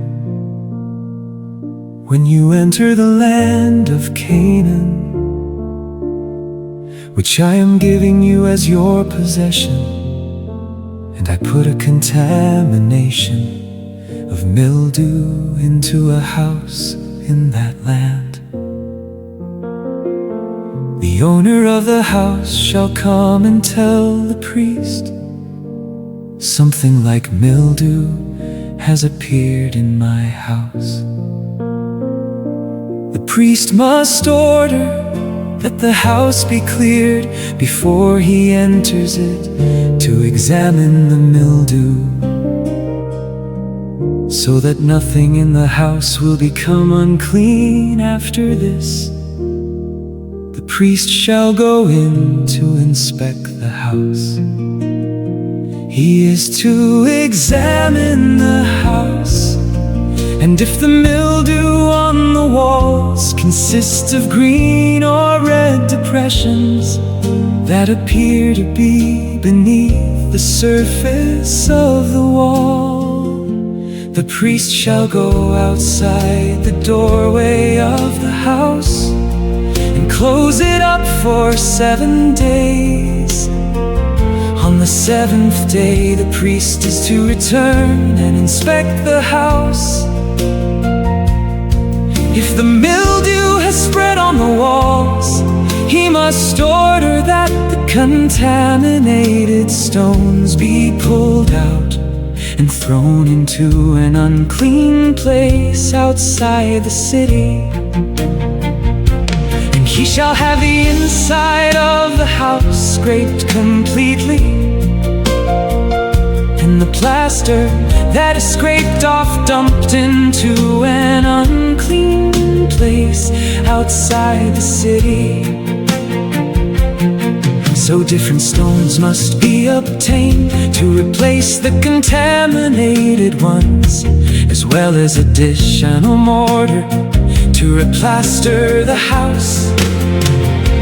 If the mildew reappears in the house after the stones have been torn out, and the house has been scraped and replastered, the priest must come and inspect it. If the mildew has spread in the house, it is a destructive mildew. The house is unclean. It must be torn down with its stones, its timbers, and all its plaster, and taken outside the city to an unclean place. Anyone who enters the house during any of the days that it is closed up will be unclean until evening. And anyone who sleeps in the house or eats in it must wash his clothes. If, however, the priest comes and inspects it, and the mildew has not spread after the house has been replastered, he shall pronounce the house clean, because the mildew is gone. He is to take 2 birds, cedar wood, scarlet yarn, and hyssop to purify the house. And he shall slaughter one of the birds, the fresh water in a clay pot. Then he shall take the cedar wood, the hyssop, the scarlet yarn, and the live bird, dip them in the blood of the slaughtered bird and the fresh water, and sprinkle the house 7 times. And he shall cleanse the house with the bird's blood, the fresh water, the live bird, the cedar wood, the hyssop, and the scarlet yarn. Finally, he is to release the live bird into the open fields outside the city. In this way, he will make atonement for the house, and it will be clean. This is the law for any infectious skin disease, for a scaly outbreak, from mildew in clothing or in a house, and for swelling, rash, or spot, to determine when something is clean or unclean. This is the law regarding skin diseases and mildew.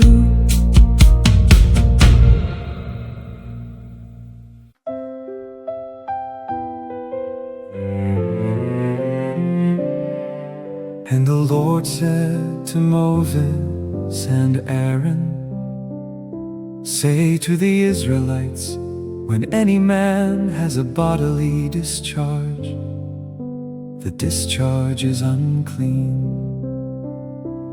This uncleanness is from his discharge, whether his body allows the discharge to flow or blocks it. So his discharge will bring about uncleanness. Any bed on which the man with the discharge lies will be unclean, and any furniture on which he sits will be unclean. Anyone who touches his bed must wash his clothes and bathe with water, and he will be unclean until evening.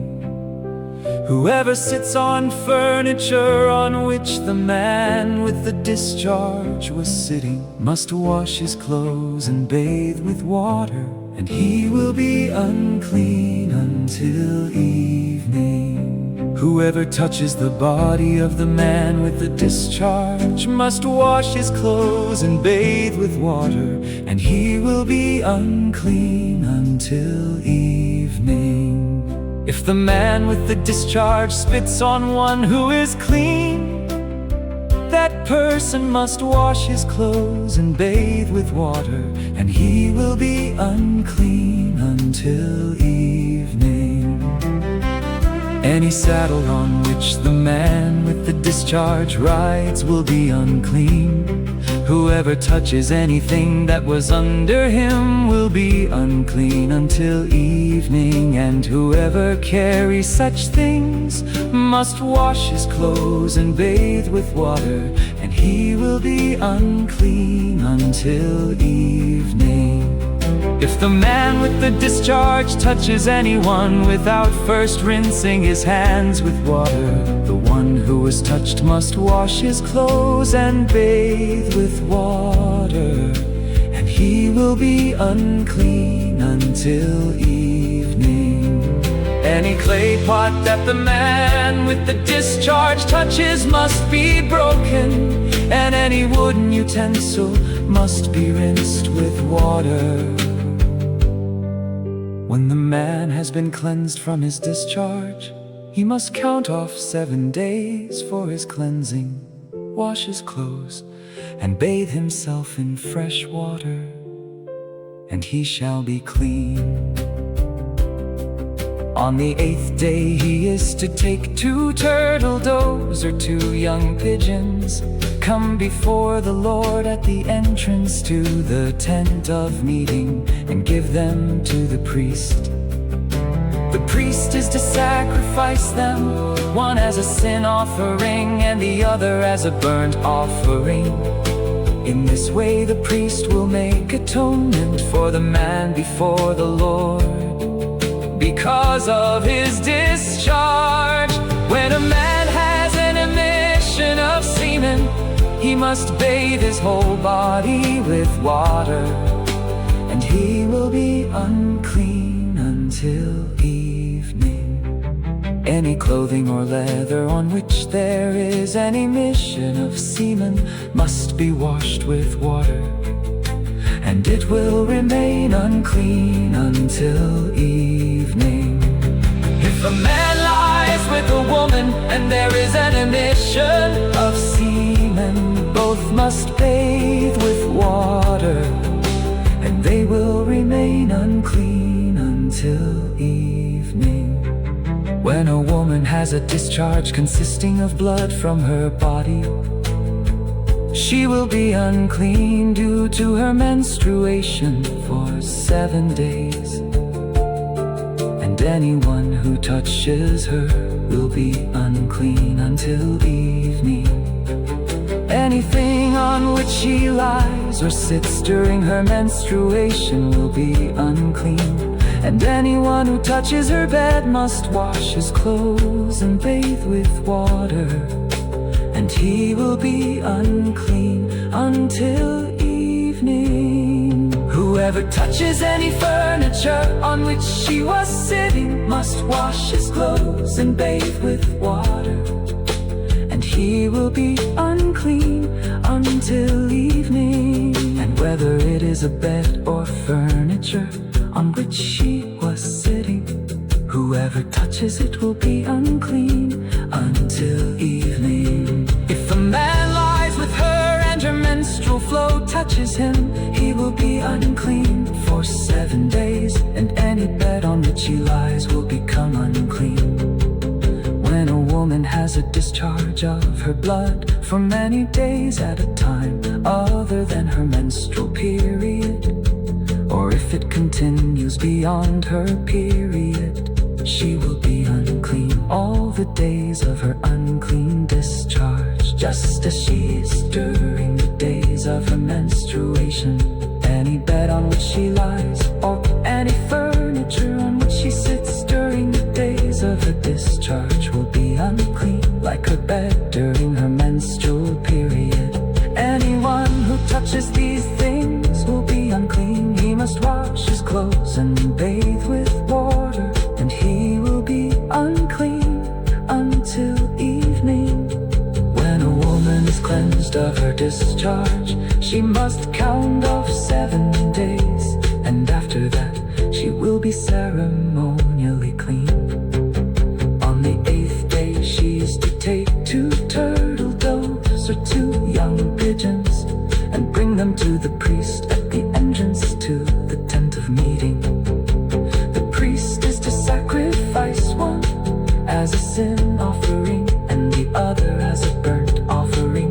In this way, the priest will make atonement for her before the Lord for her unclean discharge. You must keep the children of Israel separate from their uncleanness, so that they do not die by defiling my tabernacle, which is among them.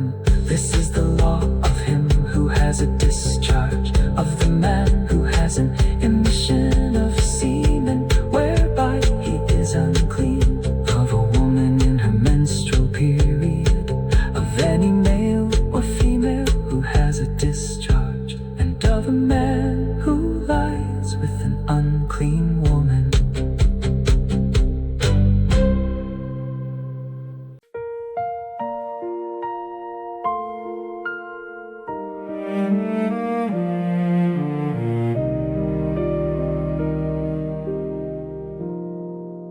Now the Lord spoke to Moses after the death of 2 of Aaron's sons, when they approached the presence of the Lord.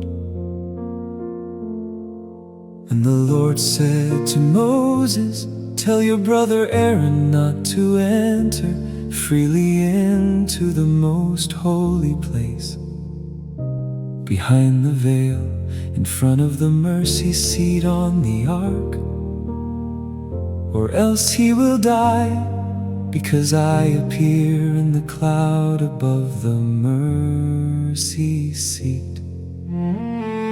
This is how Aaron is to enter the holy place, with a young bull for a sin offering and a ram for a burnt offering. He is to wear the sacred linen tunic with linen undergarments. He must tie a linen sash around him and put on the linen turban. These are holy garments, and he must bathe himself with water before he wears them. And he shall take from the congregation of Israel 2 male goats for a sin offering, and 1 ram for a burnt offering. Aaron is to present the bull for his sin offering, and make atonement for himself and his household. Then he shall take the 2 goats and present them before the Lord at the entrance to the tent of meeting. After Aaron casts lots for the 2 goats, one for the Lord and the other for the scapegoat, he shall present the goat chosen by lot for the Lord and sacrifice it as a sin offering. But the goat chosen by lot as the scapegoat shall be presented alive before the Lord, to make atonement by sending it into the wilderness as the scapegoat. When Aaron presents the bull for his sin offering and makes atonement for himself and his household, he is to slaughter the bull for his own sin offering. Then he must take a censer full of burning coals from the altar before the Lord, and 2 handfuls of finely ground fragrant incense, and take them inside the veil. He is to put the incense on the fire before the Lord, and the cloud of incense will cover the mercy seat above the testimony, so that he will not die. And he is to take some of the bull's blood and sprinkle it with his finger on the east side of the mercy seat. Then he shall sprinkle some of it with his finger 7 times before the mercy seat. Aaron shall then slaughter the goat for the sin offering for the people, and bring its blood behind the veil. And with its blood he must do as he did with the bull's blood. He is to sprinkle it against the mercy seat and in front of it. So he shall make atonement for the most holy place, because of the impurities and rebellious acts of the Israelites in regard to all their sins.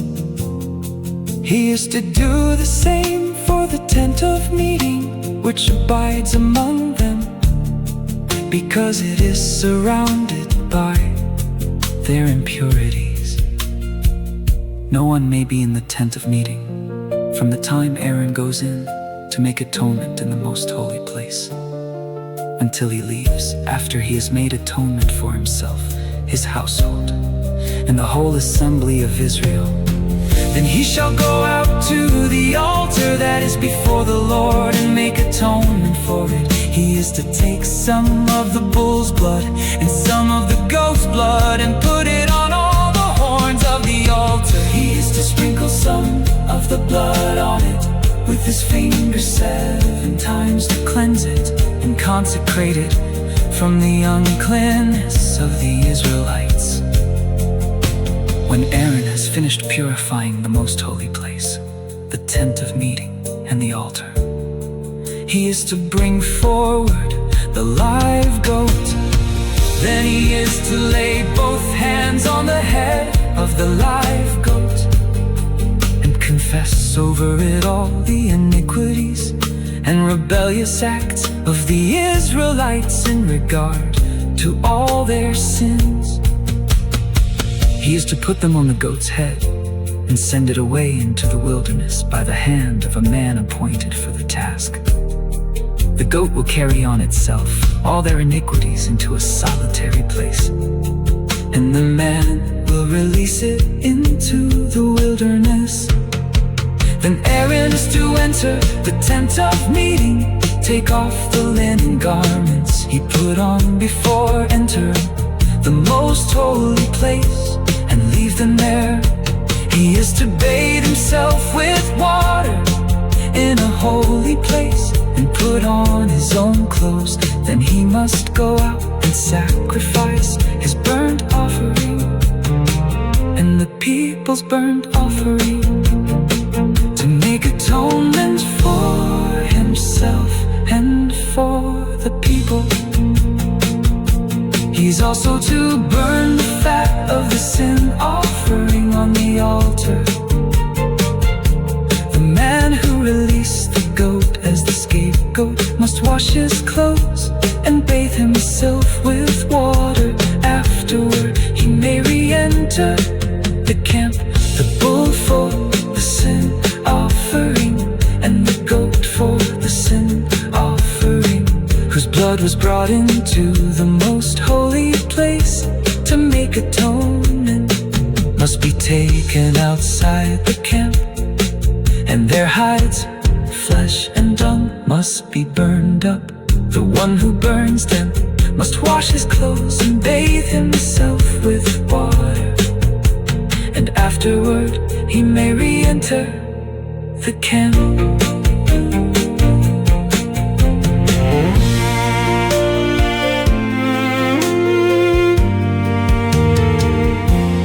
This is to be a permanent statute for you. On the 10th day of the 7th month, you shall humble yourselves and not do any work. Whether the native or the foreigner who resides among you, because on this day atonement will be made for you to cleanse you, and you will be clean from all your sins before the Lord. It is a Sabbath of complete rest for you, that you may humble yourselves. It is a permanent statute. The priest who is anointed and ordained to succeed his father as high priest, shall make atonement. He will put on the sacred linen garments and make atonement for the most holy place, the tent of meeting and the altar, and for the priests and all the people of the assembly. This is to be a permanent statute for you, to make atonement once a year for the Israelites because of all their sins. And all this was done as the Lord had commanded Moses.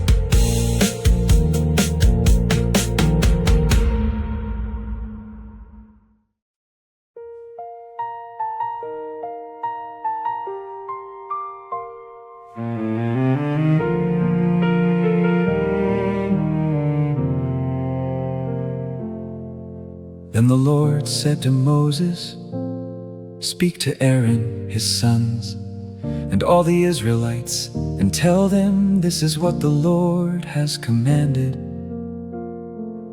Anyone from the house of Israel who slaughters an ox, a lamb, or a goat in the camp, or outside of it,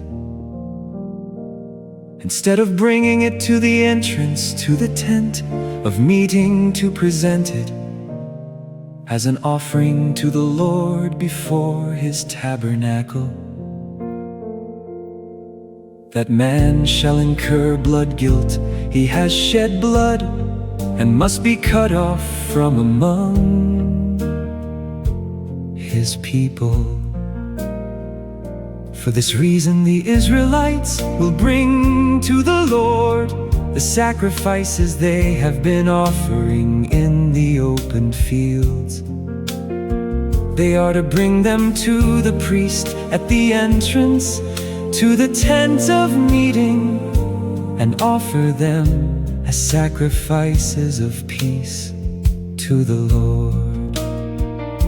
The priest will then sprinkle the blood on the altar of the Lord at the entrance to the tent of meeting, and burn the fat as a pleasing aroma to the Lord. They must no longer offer their sacrifices to the goat demons, to which they have prostituted themselves. This will be a permanent statute for them for the generations to come. Tell them that if anyone from the house of Israel or any foreigner living among them offers a burnt offering or a sacrifice, but does not bring it to the entrance to the tent of meeting to sacrifice it to the Lord, that man must be cut off from his people. If anyone from the house of Israel or a foreigner living among them eats any blood, I will set my face against that person and cut him off from among his people.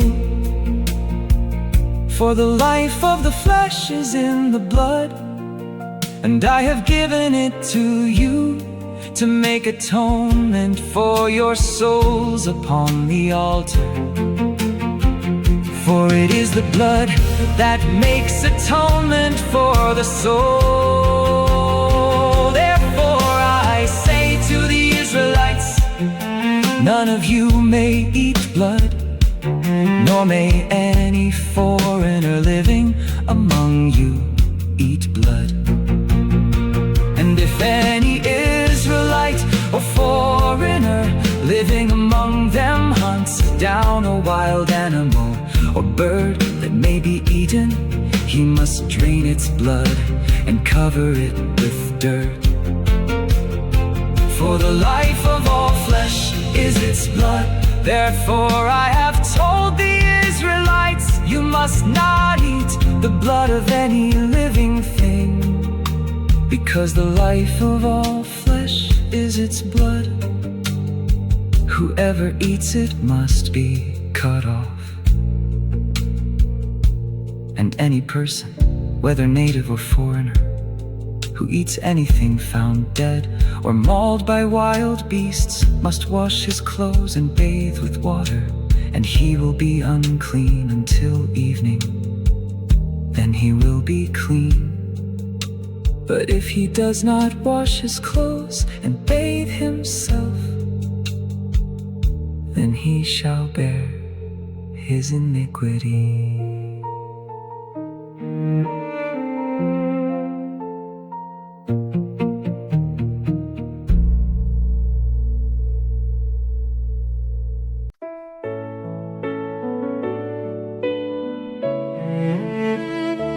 Then the Lord said to Moses, "Speak to the Israelites and tell them, I am the Lord your God.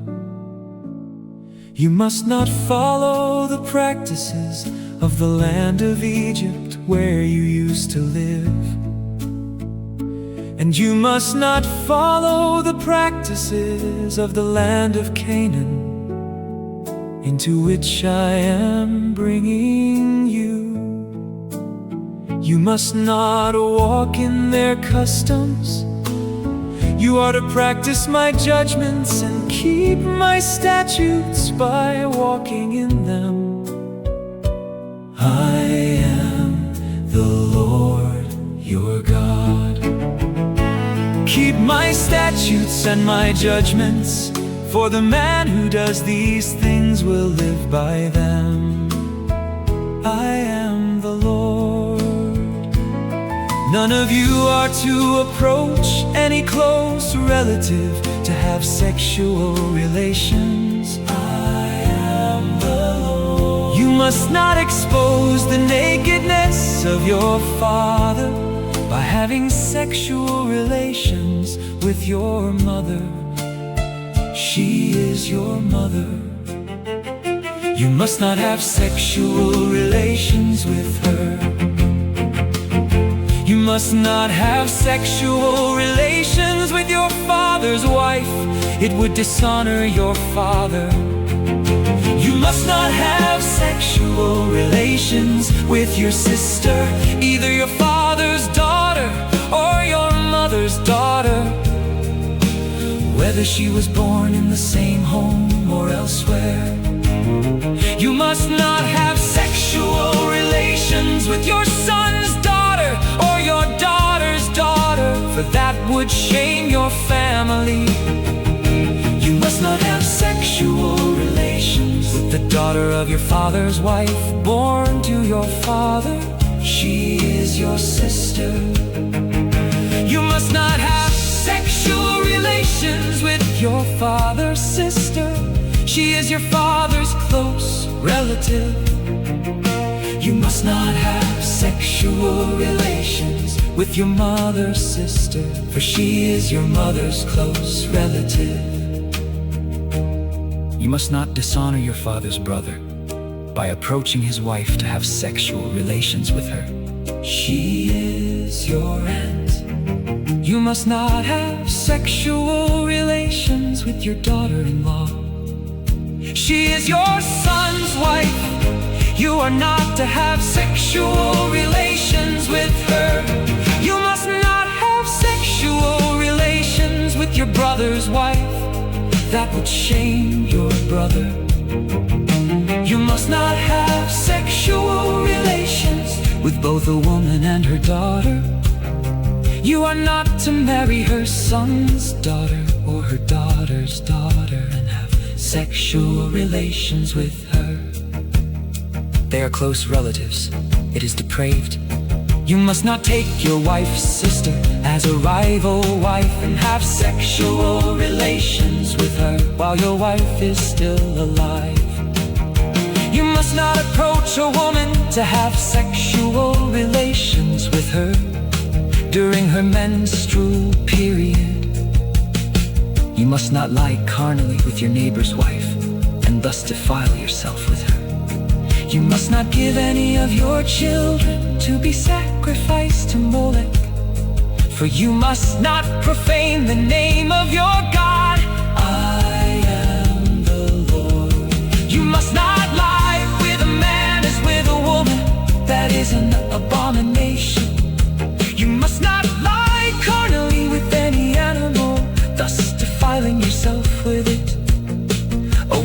must not stand before an animal to mate with it. That is a perversion. Do not defile yourselves by any of these practices, for by all these things the nations I am driving out before you have defiled themselves. Even the land has become defiled, so I am punishing it for its sin. And the land will vomit out its inhabitants. But you are to keep my statutes and ordinances, and you must not commit any of these abominations, neither your native born nor the foreigner who lives among you. For the men who were in the land before you committed all these abominations, and the land has become defiled. So if you defile the land, it will vomit you out as it spewed out the nations before you. Therefore anyone who commits any of these abominations must be cut off from among his people. You must keep my charge not to practice any of the abominable customs that were practiced before you, so that you do not defile yourselves by them. I am the Lord, your God.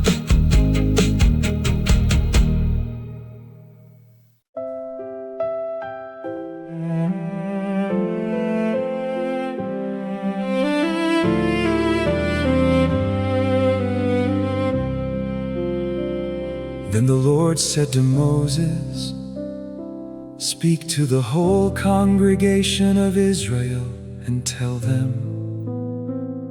be holy because I, the Lord your God, am holy. Each of you must respect his mother and father, and you must keep my Sabbaths. I am the Lord your God. Do not turn to idols or make for yourselves molten gods. I am the Lord your God. When you sacrifice a peace offering to the Lord, you shall offer it for your acceptance. It shall be eaten on the day you sacrifice it, or on the next day. But what remains on the third day must be burned up. If any of it is eaten on the third day, it is tainted and will not be accepted. Whoever eats it will bear his iniquity, for he has profaned what is holy to the Lord. That person must be cut off from his people. When you reap the harvest of your land, you are not to reap to the very edges of your field, or gather the gleanings of your harvest. You must not strip your vineyard bare, or gather its fallen grapes. Leave them for the poor and the foreigner. I am the Lord your God. You must not steal, you must not lie or deceive one another. You must not swear falsely by my name and so profane the name of your God. I am the Lord. You must not defraud your neighbor or rob him. You must not withhold until morning the wages due a hired hand. You must not curse the deaf or place a stumbling block before the blind, but you shall fear your God. I am the Lord. You must not pervert justice. You must not show partiality to the poor or favoritism to the rich. You are to judge your neighbor fairly. You must not go about spreading slander among your people. You must not endanger the life of your neighbor. I am the Lord. You must not harbor hatred against your brother in your heart. Directly rebuke your neighbor, so that you will not incur guilt on account of him. Do not seek revenge or bear a grudge against any of your people, but love your neighbor as yourself. I am the Lord. You are to keep my statutes. You shall not crossbreed two different kinds of livestock. You shall not sow your fields with two kinds of seed. And you shall not wear clothing made of two kinds of material. If a man lies carnally with a slave girl promised to another man, but who has not been redeemed or given her freedom, there must be due punishment. But they are not to be put to death, because she had not been freed. The man, however, must bring a ram to the entrance to the tent of meeting as his guilt offering to the Lord. The priest shall make atonement on his behalf before the Lord with the ram of the guilt offering for the sin he has committed, and he will be forgiven the sin he has committed. When you enter the land and plant any kind of tree for food, you shall regard the fruit as forbidden. For 3 years it will be forbidden to you and must not be eaten. In the 4th year all its fruit must be consecrated as a praise offering to the Lord. But in the 5th year you may eat its fruit, thus your harvest will be increased. I am the Lord your God. You must not eat anything with blood still in it. You must not practice divination or sorcery. You must not cut off the hair at the sides of your head or clip off the edges of your beard. You must not make any cuts in your bodies for the dead or put tattoo marks on yourselves. I am the Lord. You must not defile your daughter by making her a prostitute, or the land will be prostituted and filled with depravity. You must keep my Sabbaths and have a reverence for my sanctuary. I am the Lord. You must not turn to mediums or spiritists. Do not seek them out, or you will be defiled by them. I am the Lord your God. You are to rise in the presence of the elderly, honor the aged, and fear your God. I am the Lord. When a foreigner resides with you in your land, you must not oppress him.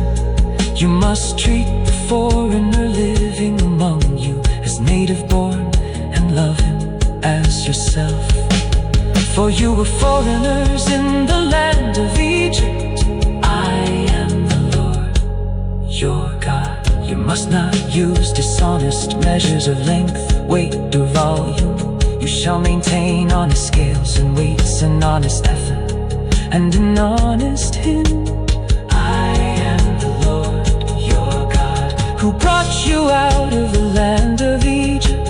You must keep all my statutes and all my ordinances and follow them.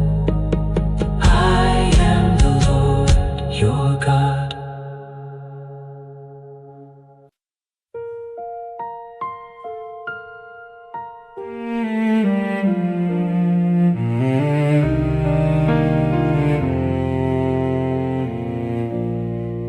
Then the Lord said to Moses, "Tell the Israelites, any Israelite or foreigner living in Israel who gives any of his children to Molech must be put to death.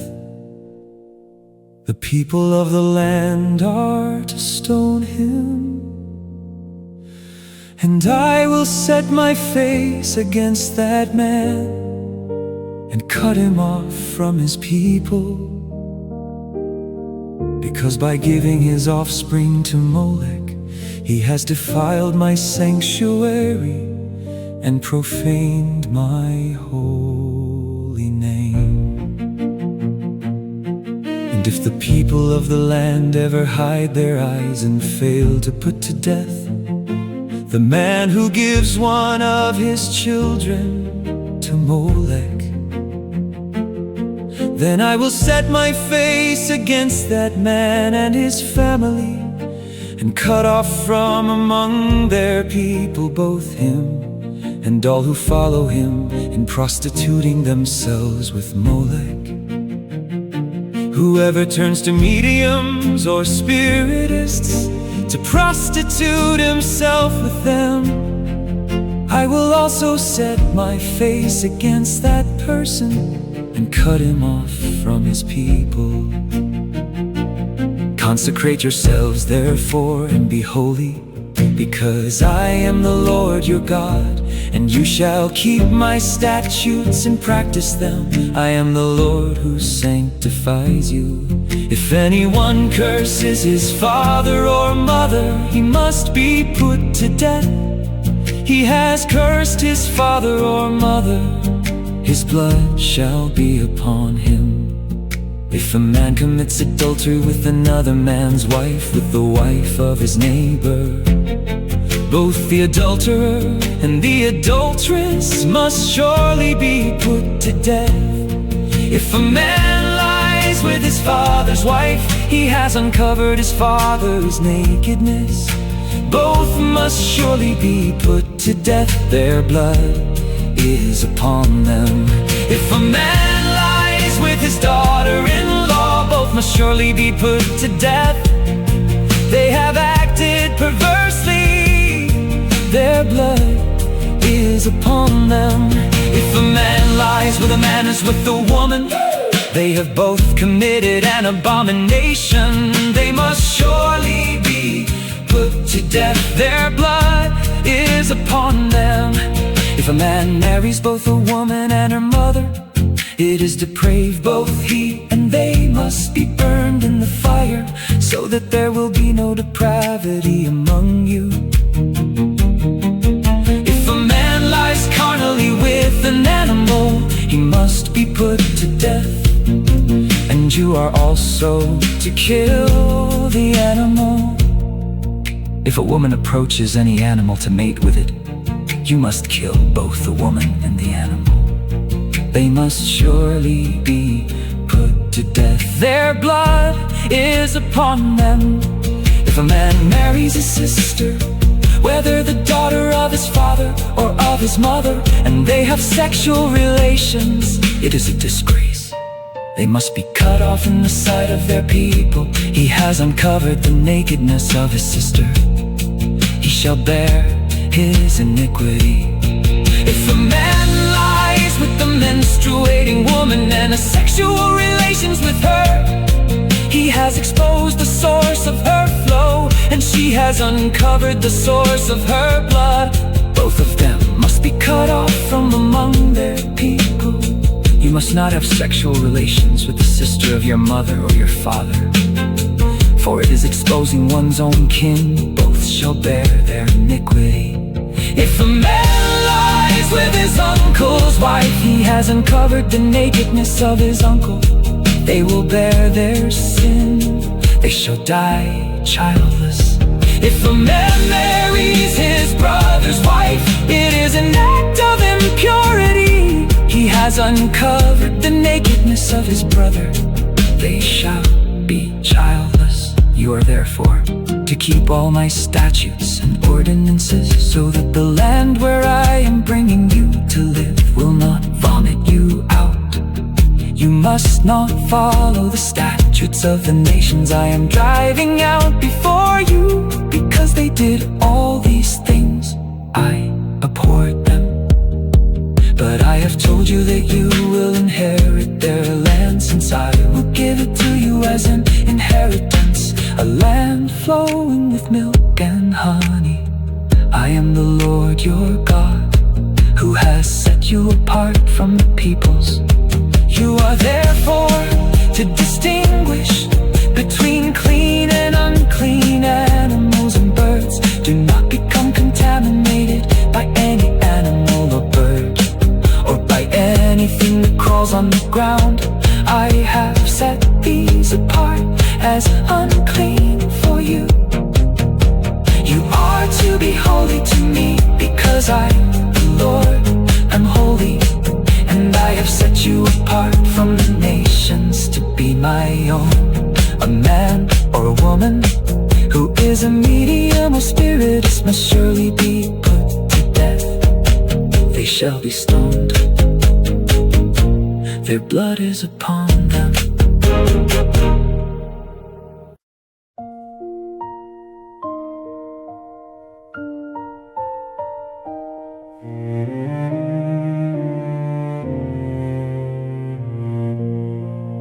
Then the Lord said to Moses, "Speak to Aaron's sons, the priests, and tell them that a priest is not to defile himself for a dead person among his people, except for his immediate family, his mother, father, son, daughter, or brother, or his unmarried sister who is near to him, since she has no husband. He is not to defile himself for those related to him by marriage, and so profane himself. Priests must not make bald spots on their heads, shave off the edges of their beards, or make cuts in their bodies. They must be holy to their God, and not profane the name of their God, because they present to the Lord the offerings made by fire. The food of their God, they must be holy. A priest must not marry a woman defiled by prostitution or divorced by her husband.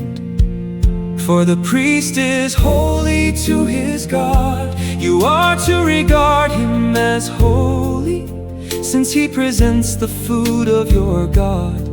He shall be holy to you, because I, the Lord, am holy, I who set you apart.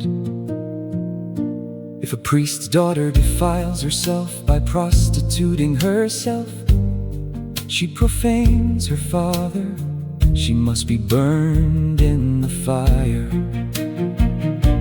The priest who is highest among his brothers, who has had the anointing oil poured on his head, and has been ordained to wear the priestly garments, must not let his hair hang loose or tear his garments. He must not go near any dead body. He must not defile himself, even for his father or mother. He must not leave or desecrate the sanctuary of his God, for the consecration of the anointing oil of his God is on him.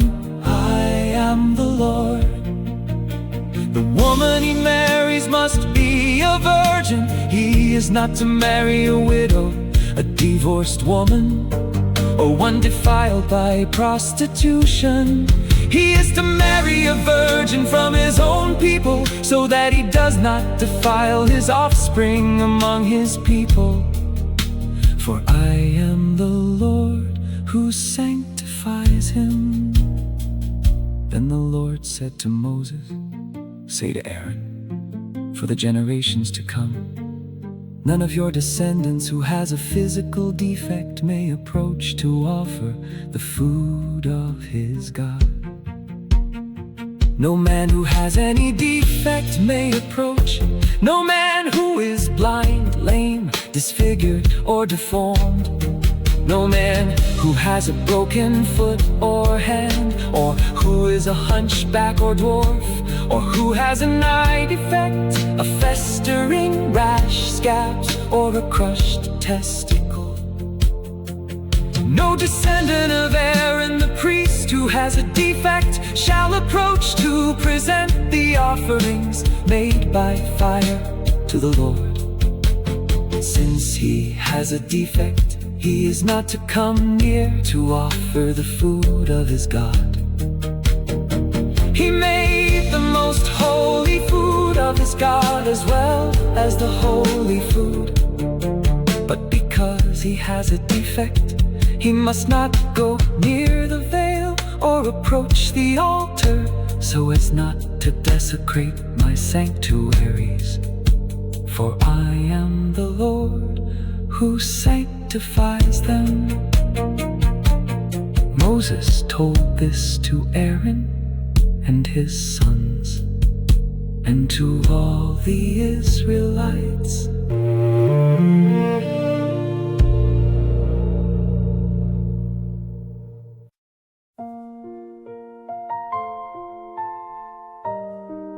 Then the Lord said to Moses, "Tell Aaron and his sons to treat with respect the sacred offerings that the Israelites have consecrated to me, so that they do not profane my holy name.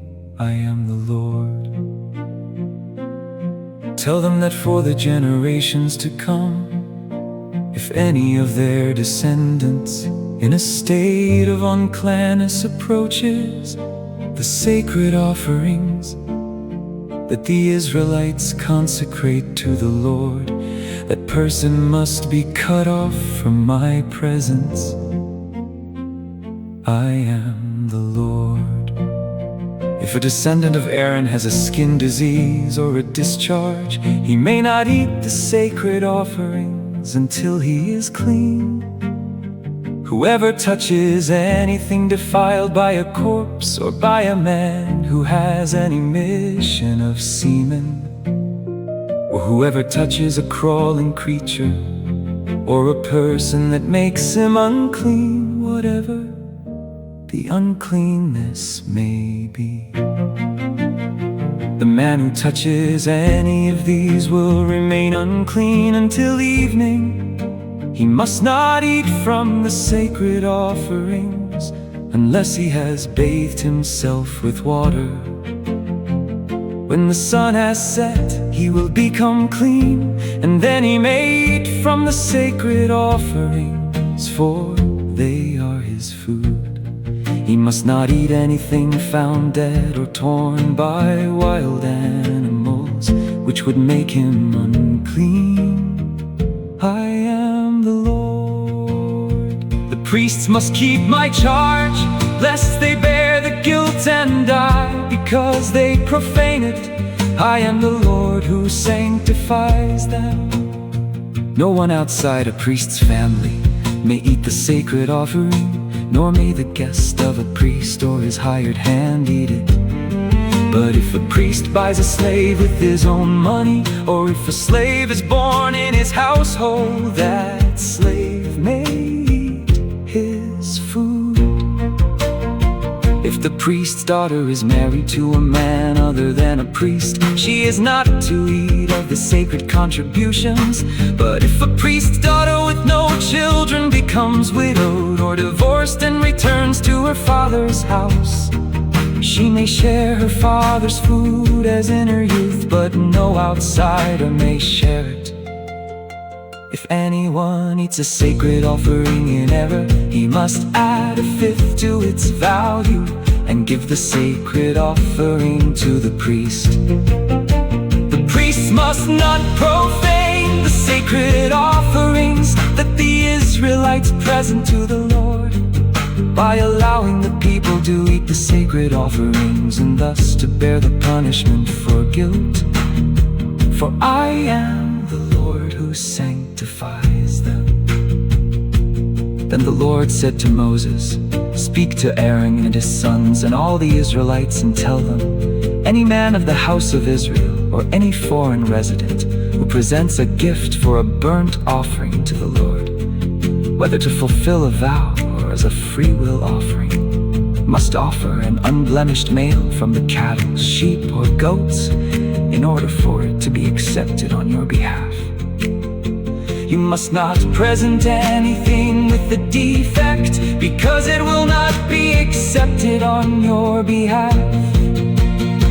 When a man presents a peace offering to the Lord from the herd or flock to fulfill a vow, or as a free will offering, it must be without blemish or defect to be acceptable.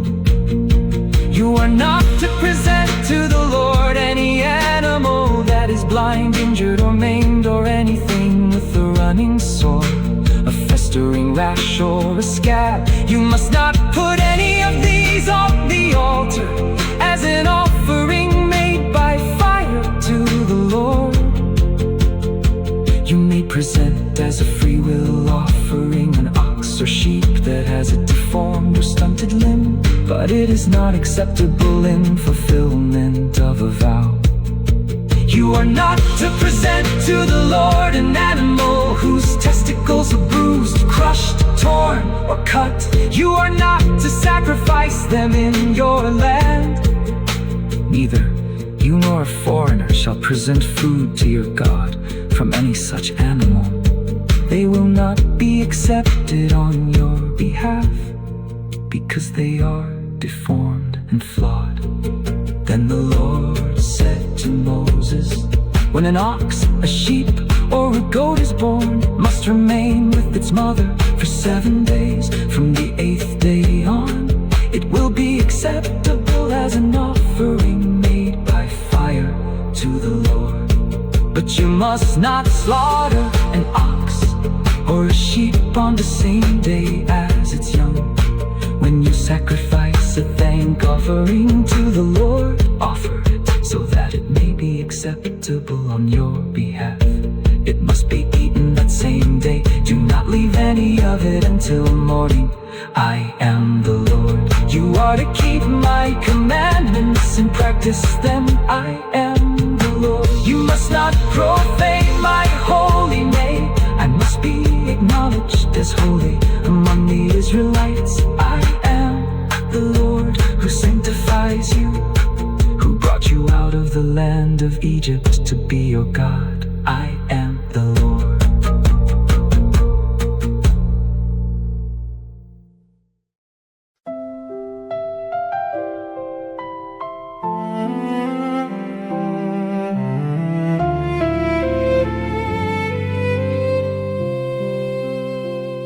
Then the Lord said to Moses, speak to the Israelites and say to them, these are my appointed feasts, the feasts of the Lord, that you are to proclaim as sacred assemblies. For 6 days work may be done, but the 7th day is a Sabbath of complete rest, a day of sacred assembly. You must not do any work wherever you live. It is a Sabbath to the Lord. These are the Lord's appointed feasts, the sacred assemblies you are to proclaim at their appointed times. The Passover to the Lord begins at twilight on the 14th day of the 1st month. On the 15th day of the same month begins the Feast of Unleavened Bread to the Lord. For 7 days you must eat unleavened bread. On the 1st day you are to hold a sacred assembly. You are not to do any regular work. For 7 days you are to present an offering made by fire to the Lord. On the 7th day there shall be a sacred assembly. You must not do any regular work. And the Lord said to Moses, speak to the Israelites and say, when you enter the land that I am giving you, and you reap its harvest, you are to bring to the priest a sheaf of the first fruits of your harvest. And he shall wave the sheaf before the Lord, so that it may be accepted on your behalf. The priest is to wave it on the day after the Sabbath. On the day you wave the sheaf, you shall offer a year-old lamb without blemish as a burnt offering to the Lord, along with its grain offering of 2/10 of an ephah of fine flour mixed with oil. an offering made by fire to the Lord, a pleasing aroma, and its drink offering of a quarter hin of wine. You must not eat any bread or roasted or new grain until the very day you have brought this offering to your God. This is to be a permanent statute for the generations to come, wherever you live. From the day after the Sabbath, the day you brought the sheaf of the wave offering, you are to count off 7 full weeks. You shall count off 50 days until the day after the 7th Sabbath, and then present an offering of new grain to the Lord. Bring 2 loaves of bread from your dwellings as a wave offering, each made from 2/10 of an ephah of fine flour, baked with leaven, as the first fruits to the Lord. Along with the bread you are to present 7 unblemished male lambs a year old, 1 young bull and 2 rams. They will be a burnt offering to the Lord, together with their grain offerings and drink offerings, an offering made by fire, a pleasing aroma to the Lord. You shall also prepare 1 male goat as a sin offering, and 2 male lambs a year old as a peace offering. The priest is to wave the lambs as a wave offering before the Lord, together with the bread of the first fruits. The bread and the 2 lambs shall be holy to the Lord for the priest.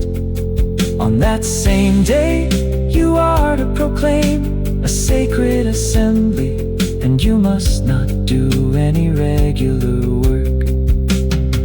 This is to be a permanent statute wherever you live for the generations to come. When you reap the harvest of your land, do not reap all the way to the edges of your field, or gather the gleanings of your harvest. Leave them for the poor and the foreign resident. I am the Lord your God. The Lord also said to Moses, "Speak to the Israelites and say, on the first day of the 7th month, you are to have a day of rest, a sacred assembly announced by trumpet blasts. You must not do any regular work, but you are to present an offering made by fire to the Lord." Again the Lord said to Moses, "The 10th day of this 7th month is the Day of Atonement. You shall hold a sacred assembly and humble yourselves and present an offering made by fire to the Lord. On this day you are not to do any work, for it is the Day of Atonement, when atonement is made for you before the Lord your God. If anyone does not humble himself on this day, he must be cut off from his people. I will destroy from among his people anyone who does any work on this day. You are not to do any work at all. This is a permanent statute for the generations to come, wherever you live. It will be a Sabbath of complete rest for you, and you shall humble yourselves from the evening of the 9th day of the month until the following evening. You are to keep your Sabbath.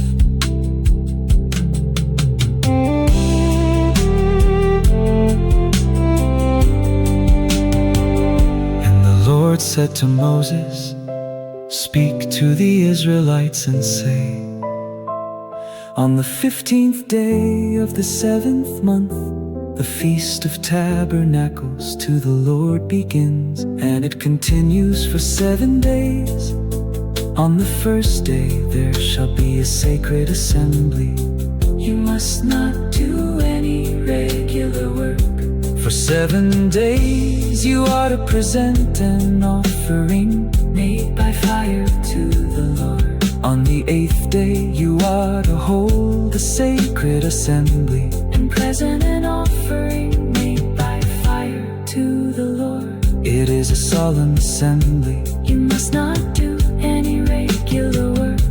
These are the Lord's appointed feasts, which you are to proclaim as sacred assemblies for presenting offerings by fire to the Lord. Burnt offerings and grain offerings, sacrifices and drink offerings, each on its designated day. These offerings are in addition to the offerings for the Lord's Sabbaths, and in addition to your gifts, to all your vow offerings, and to all the free will offerings you give to the Lord. On the 15th day of the 7th month, after you have gathered the produce of the land, you are to celebrate a feast to the Lord for 7 days. There shall be complete rest on the first day, and also on the 8th day. On the first day you are to gather the fruit of majestic trees, the branches of palm trees, and the boughs of leafy trees, and of willows of the brook, and you are to rejoice before the Lord your God for 7 days. You are to celebrate this as a feast to the Lord for 7 days each year. This is a permanent statute for the generations to come. You are to celebrate it in the 7th month. You are to dwell in booths for 7 days. All the native born of Israel must dwell in booths, so that your descendants may know that I made the Israelites dwell in booths when I brought them out of the land of Egypt. I am the Lord your God. So Moses announced to the Israelites the appointed feasts of the Lord.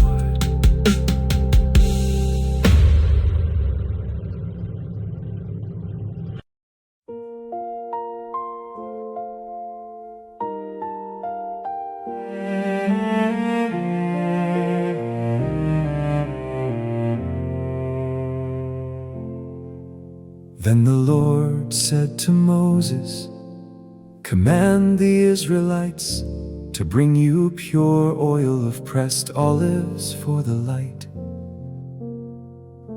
to keep the lamps burning continually outside the veil of the testimony in the tent of meeting. Aaron is to tend the lamps continually before the Lord from evening until morning. This is to be a permanent statute for the generations to come. He shall tend the lamps on the pure gold lampstand before the Lord continually.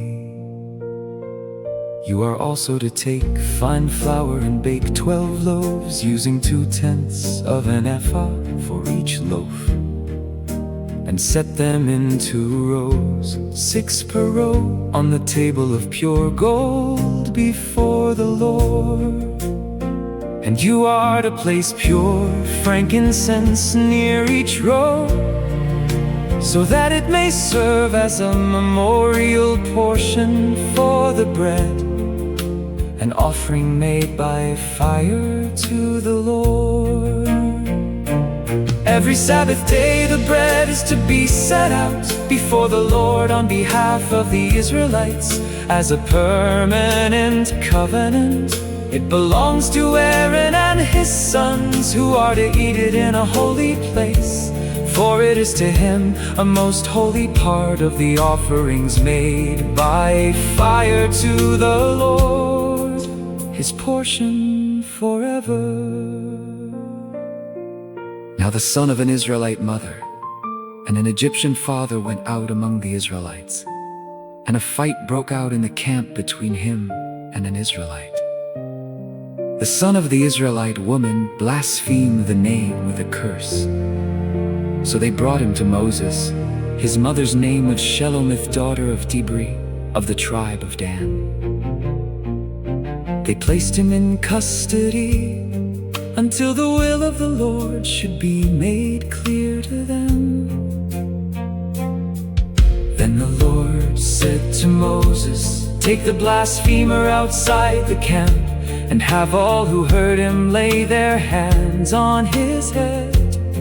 Then have the whole assembly stone him, and you are to tell the Israelites, if anyone curses his God, he shall bear the consequences of his sin. Whoever blasphemes the name of the Lord must surely be put to death. The whole assembly must surely stone him. Whether he is a foreign resident or native, if he blasphemes the name, he must be put to death. And if a man takes the life of anyone else, he must surely be put to death. Whoever kills an animal must make restitution, life for life. If anyone injures his neighbor, whatever he has done must be done to him.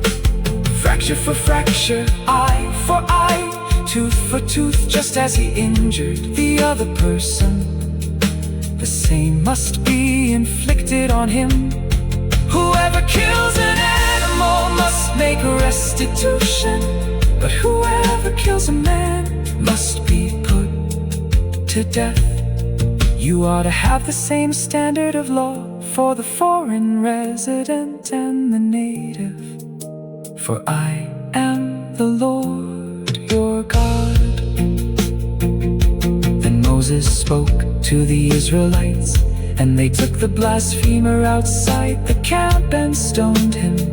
So the Israelites did as the Lord had commanded Moses.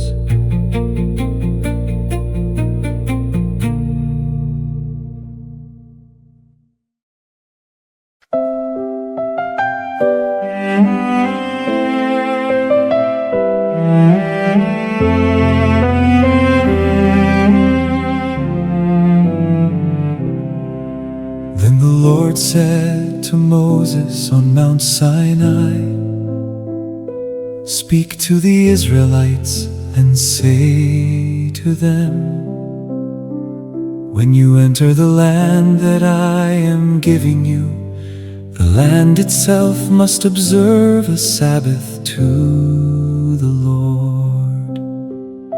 For 6 years you may sow your field and prune your vineyard and gather its crops. But in the 7th year there shall be a Sabbath of complete rest for the land, a Sabbath to the Lord. You are not to sow your field or prune your vineyard. You are not to reap the aftergrowth of your harvest, or gather the grapes of your untended vines. The land must have a year of complete rest. Whatever the land yields during the Sabbath year shall be food for you. For yourself, your manservant and maidservant, the hired hand or foreigner who stays with you, and for your livestock and the wild animals in your land, all its growth may serve as food. And you shall count off 7 Sabbaths of years, 7 times 7 years, so that the 7 Sabbaths of years amount to 49 years. Then you are to sound the horn far and wide on the 10th day of the 7th month, the day of atonement. You shall sound it throughout your land. So you are to consecrate the 50th year and proclaim liberty in the land for all its inhabitants. It shall be your jubilee, when each of you is to return to his property and to his clan. The 50th year will be a jubilee for you. You are not to sow the land or reap its aftergrowth, or harvest the untended vines. For it is a jubilee, it shall be holy to you. You may eat only the crops taken directly from the field. In this year of jubilee, each of you shall return to his own property. If you make a sale to your neighbor or a purchase from him, you must not take advantage of each other. You are to buy from your neighbor according to the number of years since the last jubilee. He is to sell to you according to the number of harvest years remaining. You shall increase the price in proportion to a greater number of years, or decrease it in proportion to a lesser number of years, for he is selling you a given number of harvests. Do not take advantage of each other, but fear your God, for I am the Lord your God. You are to keep my statutes and carefully observe my judgments, so that you may dwell securely in the land.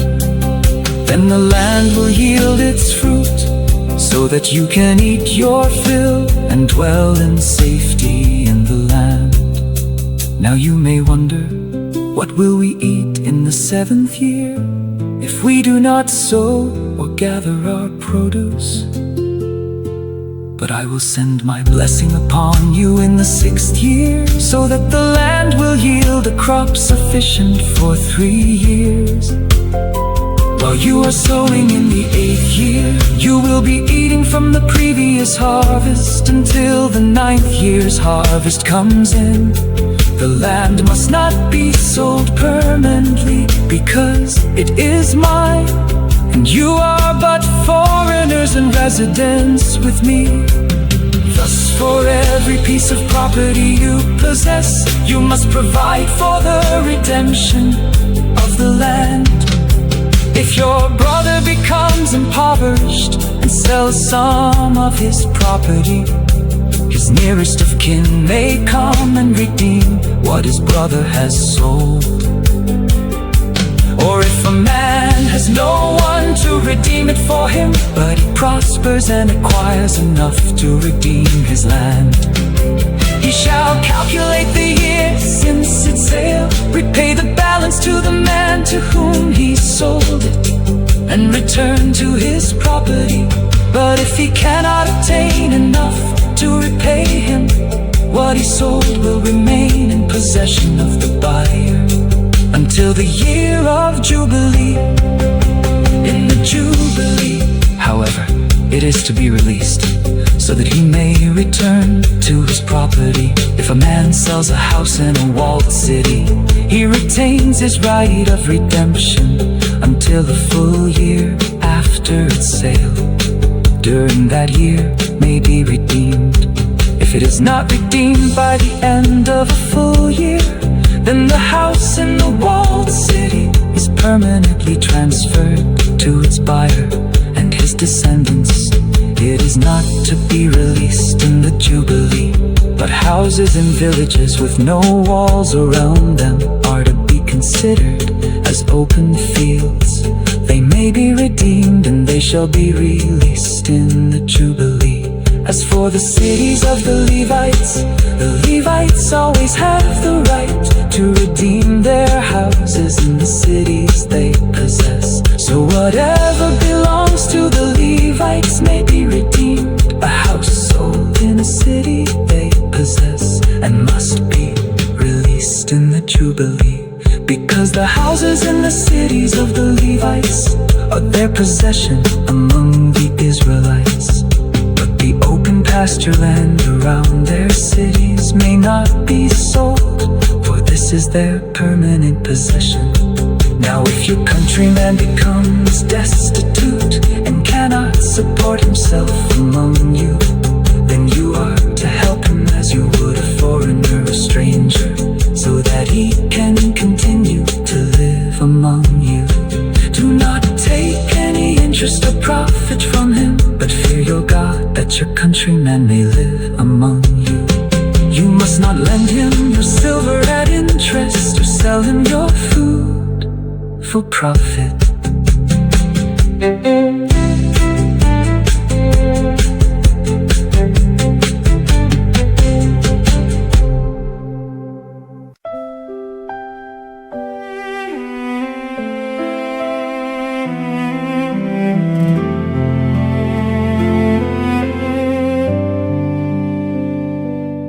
I am the Lord your God, who brought you out of the land of Egypt, to give you the land of Canaan, and to be your God.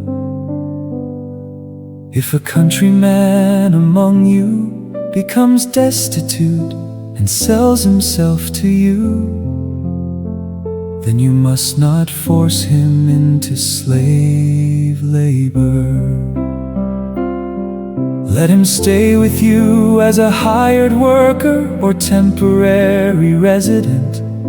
He is to work for you until the year of Jubilee. Then he and his children are to be released, and he may return to his clan and to the property of his fathers. Because the Israelites are my servants, whom I brought out of the land of Egypt, they are not to be sold as slaves. You are not to rule over them harshly, but you shall fear your God.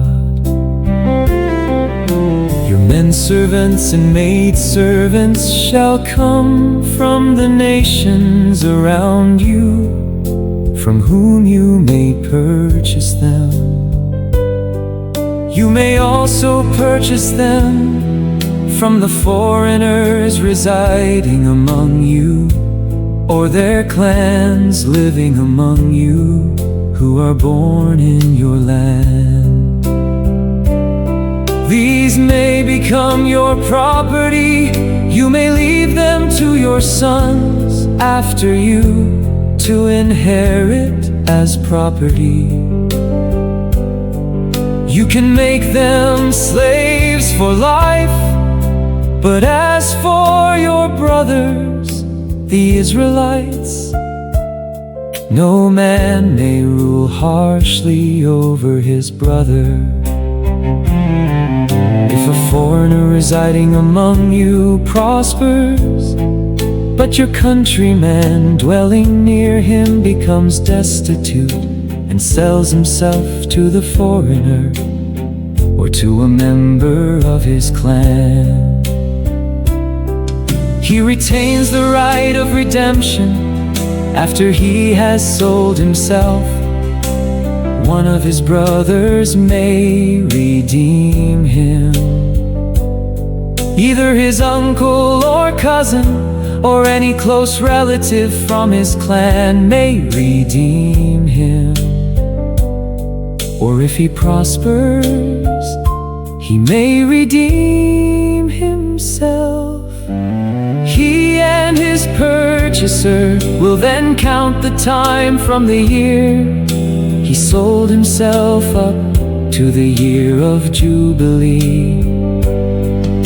The price of his sale will be determined by the number of years, based on the daily wages of a hired hand. If many years remain, he must pay for his redemption in proportion to his purchase price.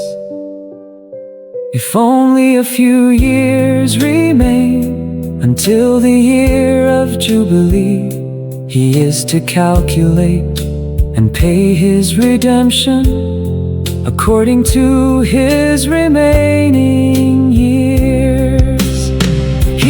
shall be treated like a man hired from year to year. But a foreign owner must not rule over him harshly in your sight, even if he is not redeemed in any of these ways. He and his children shall be released in the year of Jubilee. For the Israelites are my servants, they are my servants, whom I brought out of the land of Egypt.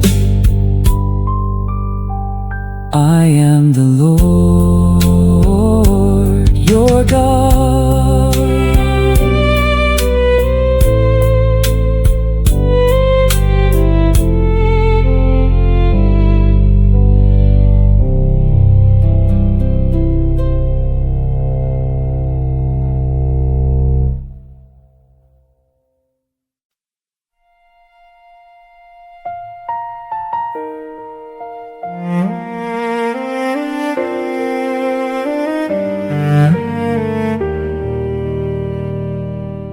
You must not make idols for yourselves or set up a carved image or sacred pillar. You must not place a sculpted stone in your land to bow down to it. For I am the Lord your God.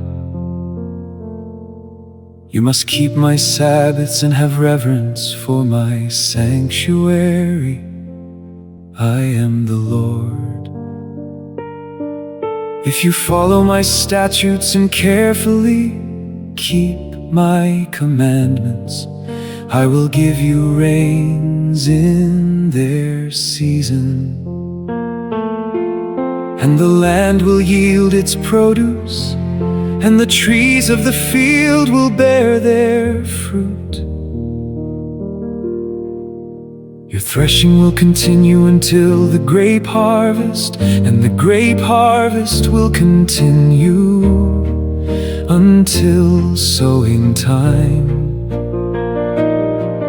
You will have your fill of food to eat, and will dwell securely in your land, and I will give peace to the land, and you will lie down with nothing to fear. I will rid the land of dangerous animals, and no sword will pass through your land. You will pursue your enemies, and they will fall by the sword before you. 5 of you will pursue 100, and 100 of you will pursue 10,000, and your enemies will fall by the sword before you. I will turn toward you and make you fruitful and multiply you, and I will establish my covenant with you. You will still be eating the old supply of grain when you need to clear it out to make room for the new.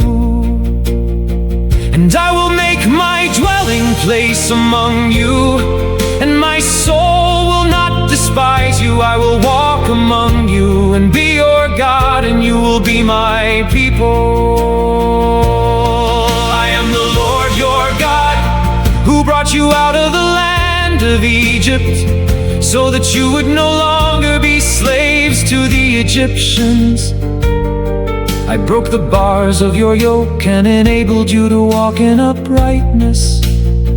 If, however, you fail to obey me and to carry out all these commandments, and if you reject my statutes, despise my ordinances, and neglect to carry out all my commandments, and so break my covenant, then this is what I will do to you. I will bring upon you sudden terror, wasting disease and fever that will destroy your sight and drain your life.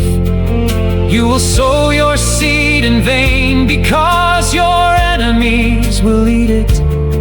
and I will set my face against you, so that you will be defeated by your enemies. Those who hate you will rule over you, and you will flee when no one pursues you. And if after all this you will not obey me, I will proceed to punish you sevenfold for your sins. I will break down your stubborn pride and make your sky like iron and your land like bronze. And your strength will be spent in vain, for your land will not yield its produce, and the trees of the land will not bear their fruit. If you walk in hostility toward me and refuse to obey me, I will multiply your plague 7 times. According to your sins, I will send wild animals against you to rob you of your children, destroy your livestock, and reduce your numbers until your roads lie desolate.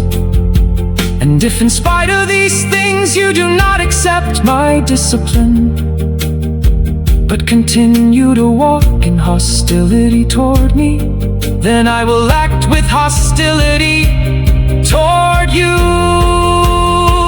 and I will strike you sevenfold for your sins, and I will bring a sword against you to execute the vengeance of the covenant.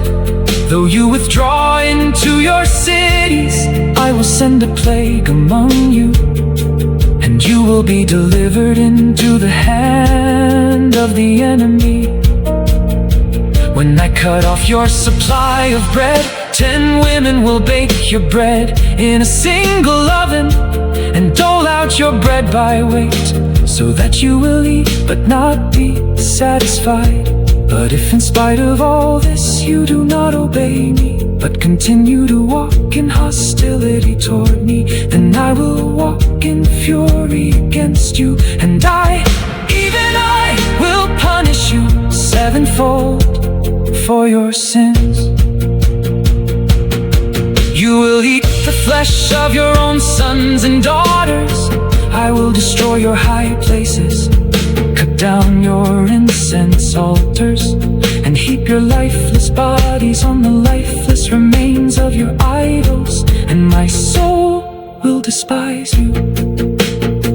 I will reduce your cities to rubble and lay waste your sanctuaries, and I will refuse to smell the pleasing aroma of your sacrifices, and I will lay waste the land, so that your enemies who dwell in it will be appalled. But I will scatter you among the nations, and will draw out a sword after you, as your land becomes desolate, and your cities are laid waste. Then the land shall enjoy its Sabbaths, all the days it lies desolate, while you are in the land of your enemies. At that time the land will rest and enjoy its Sabbaths.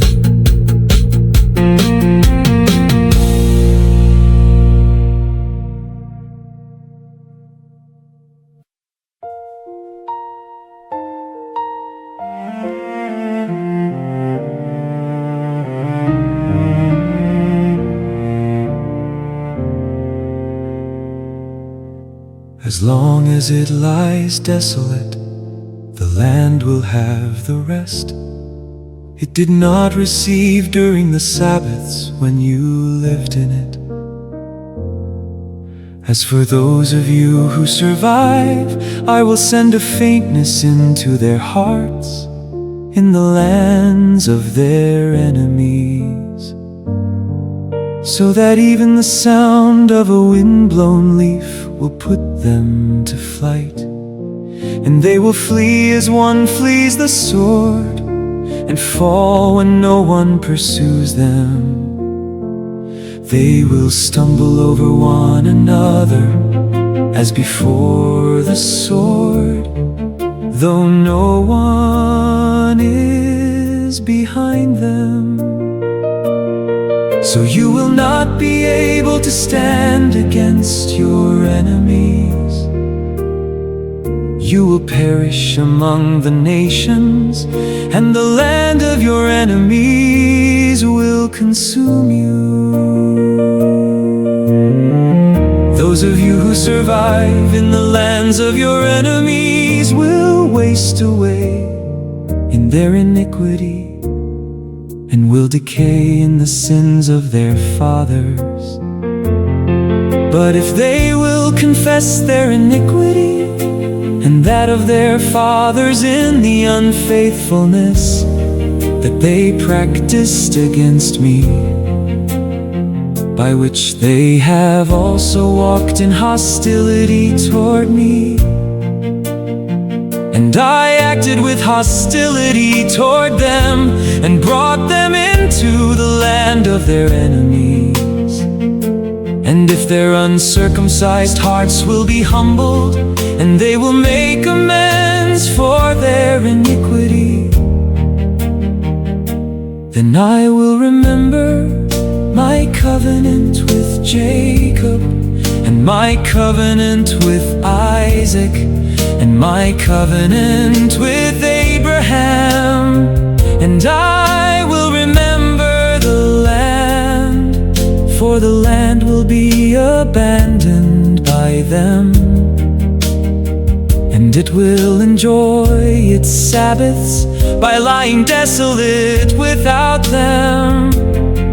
And they will pay the penalty for their iniquity, because they rejected my ordinances and abhorred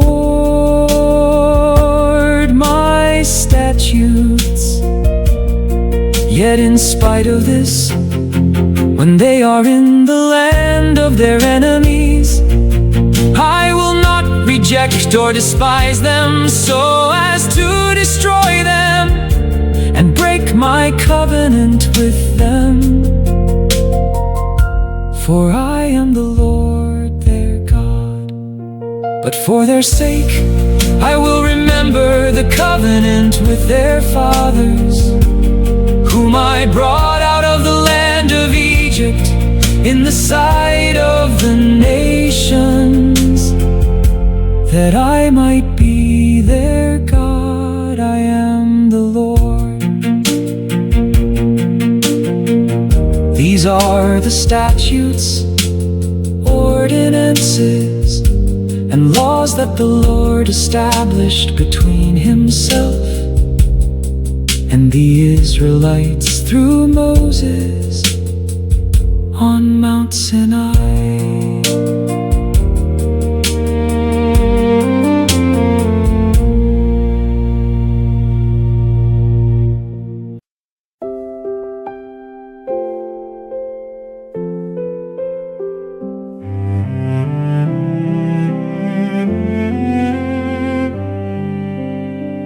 Then the Lord said to Moses, "Speak to the Israelites and say to them, when someone makes a special vow to the Lord involving the value of persons, if the valuation concerns a male from 20 to 60 years of age, then your valuation shall be 50 shekels of silver, according to the sanctuary shekel. Or if it is a female, then your valuation shall be 30 shekels. And if the person is from 5 to 20 years of age, then your valuation for the male shall be 20 shekels, and for the female 10 shekels. Now if the person is from 1 month to 5 years of age, then your valuation for the male shall be 5 shekels of silver, and for the female 3 shekels of silver. And if the person is 60 years of age or older, then your valuation shall be 15 shekels for the male, and 10 shekels for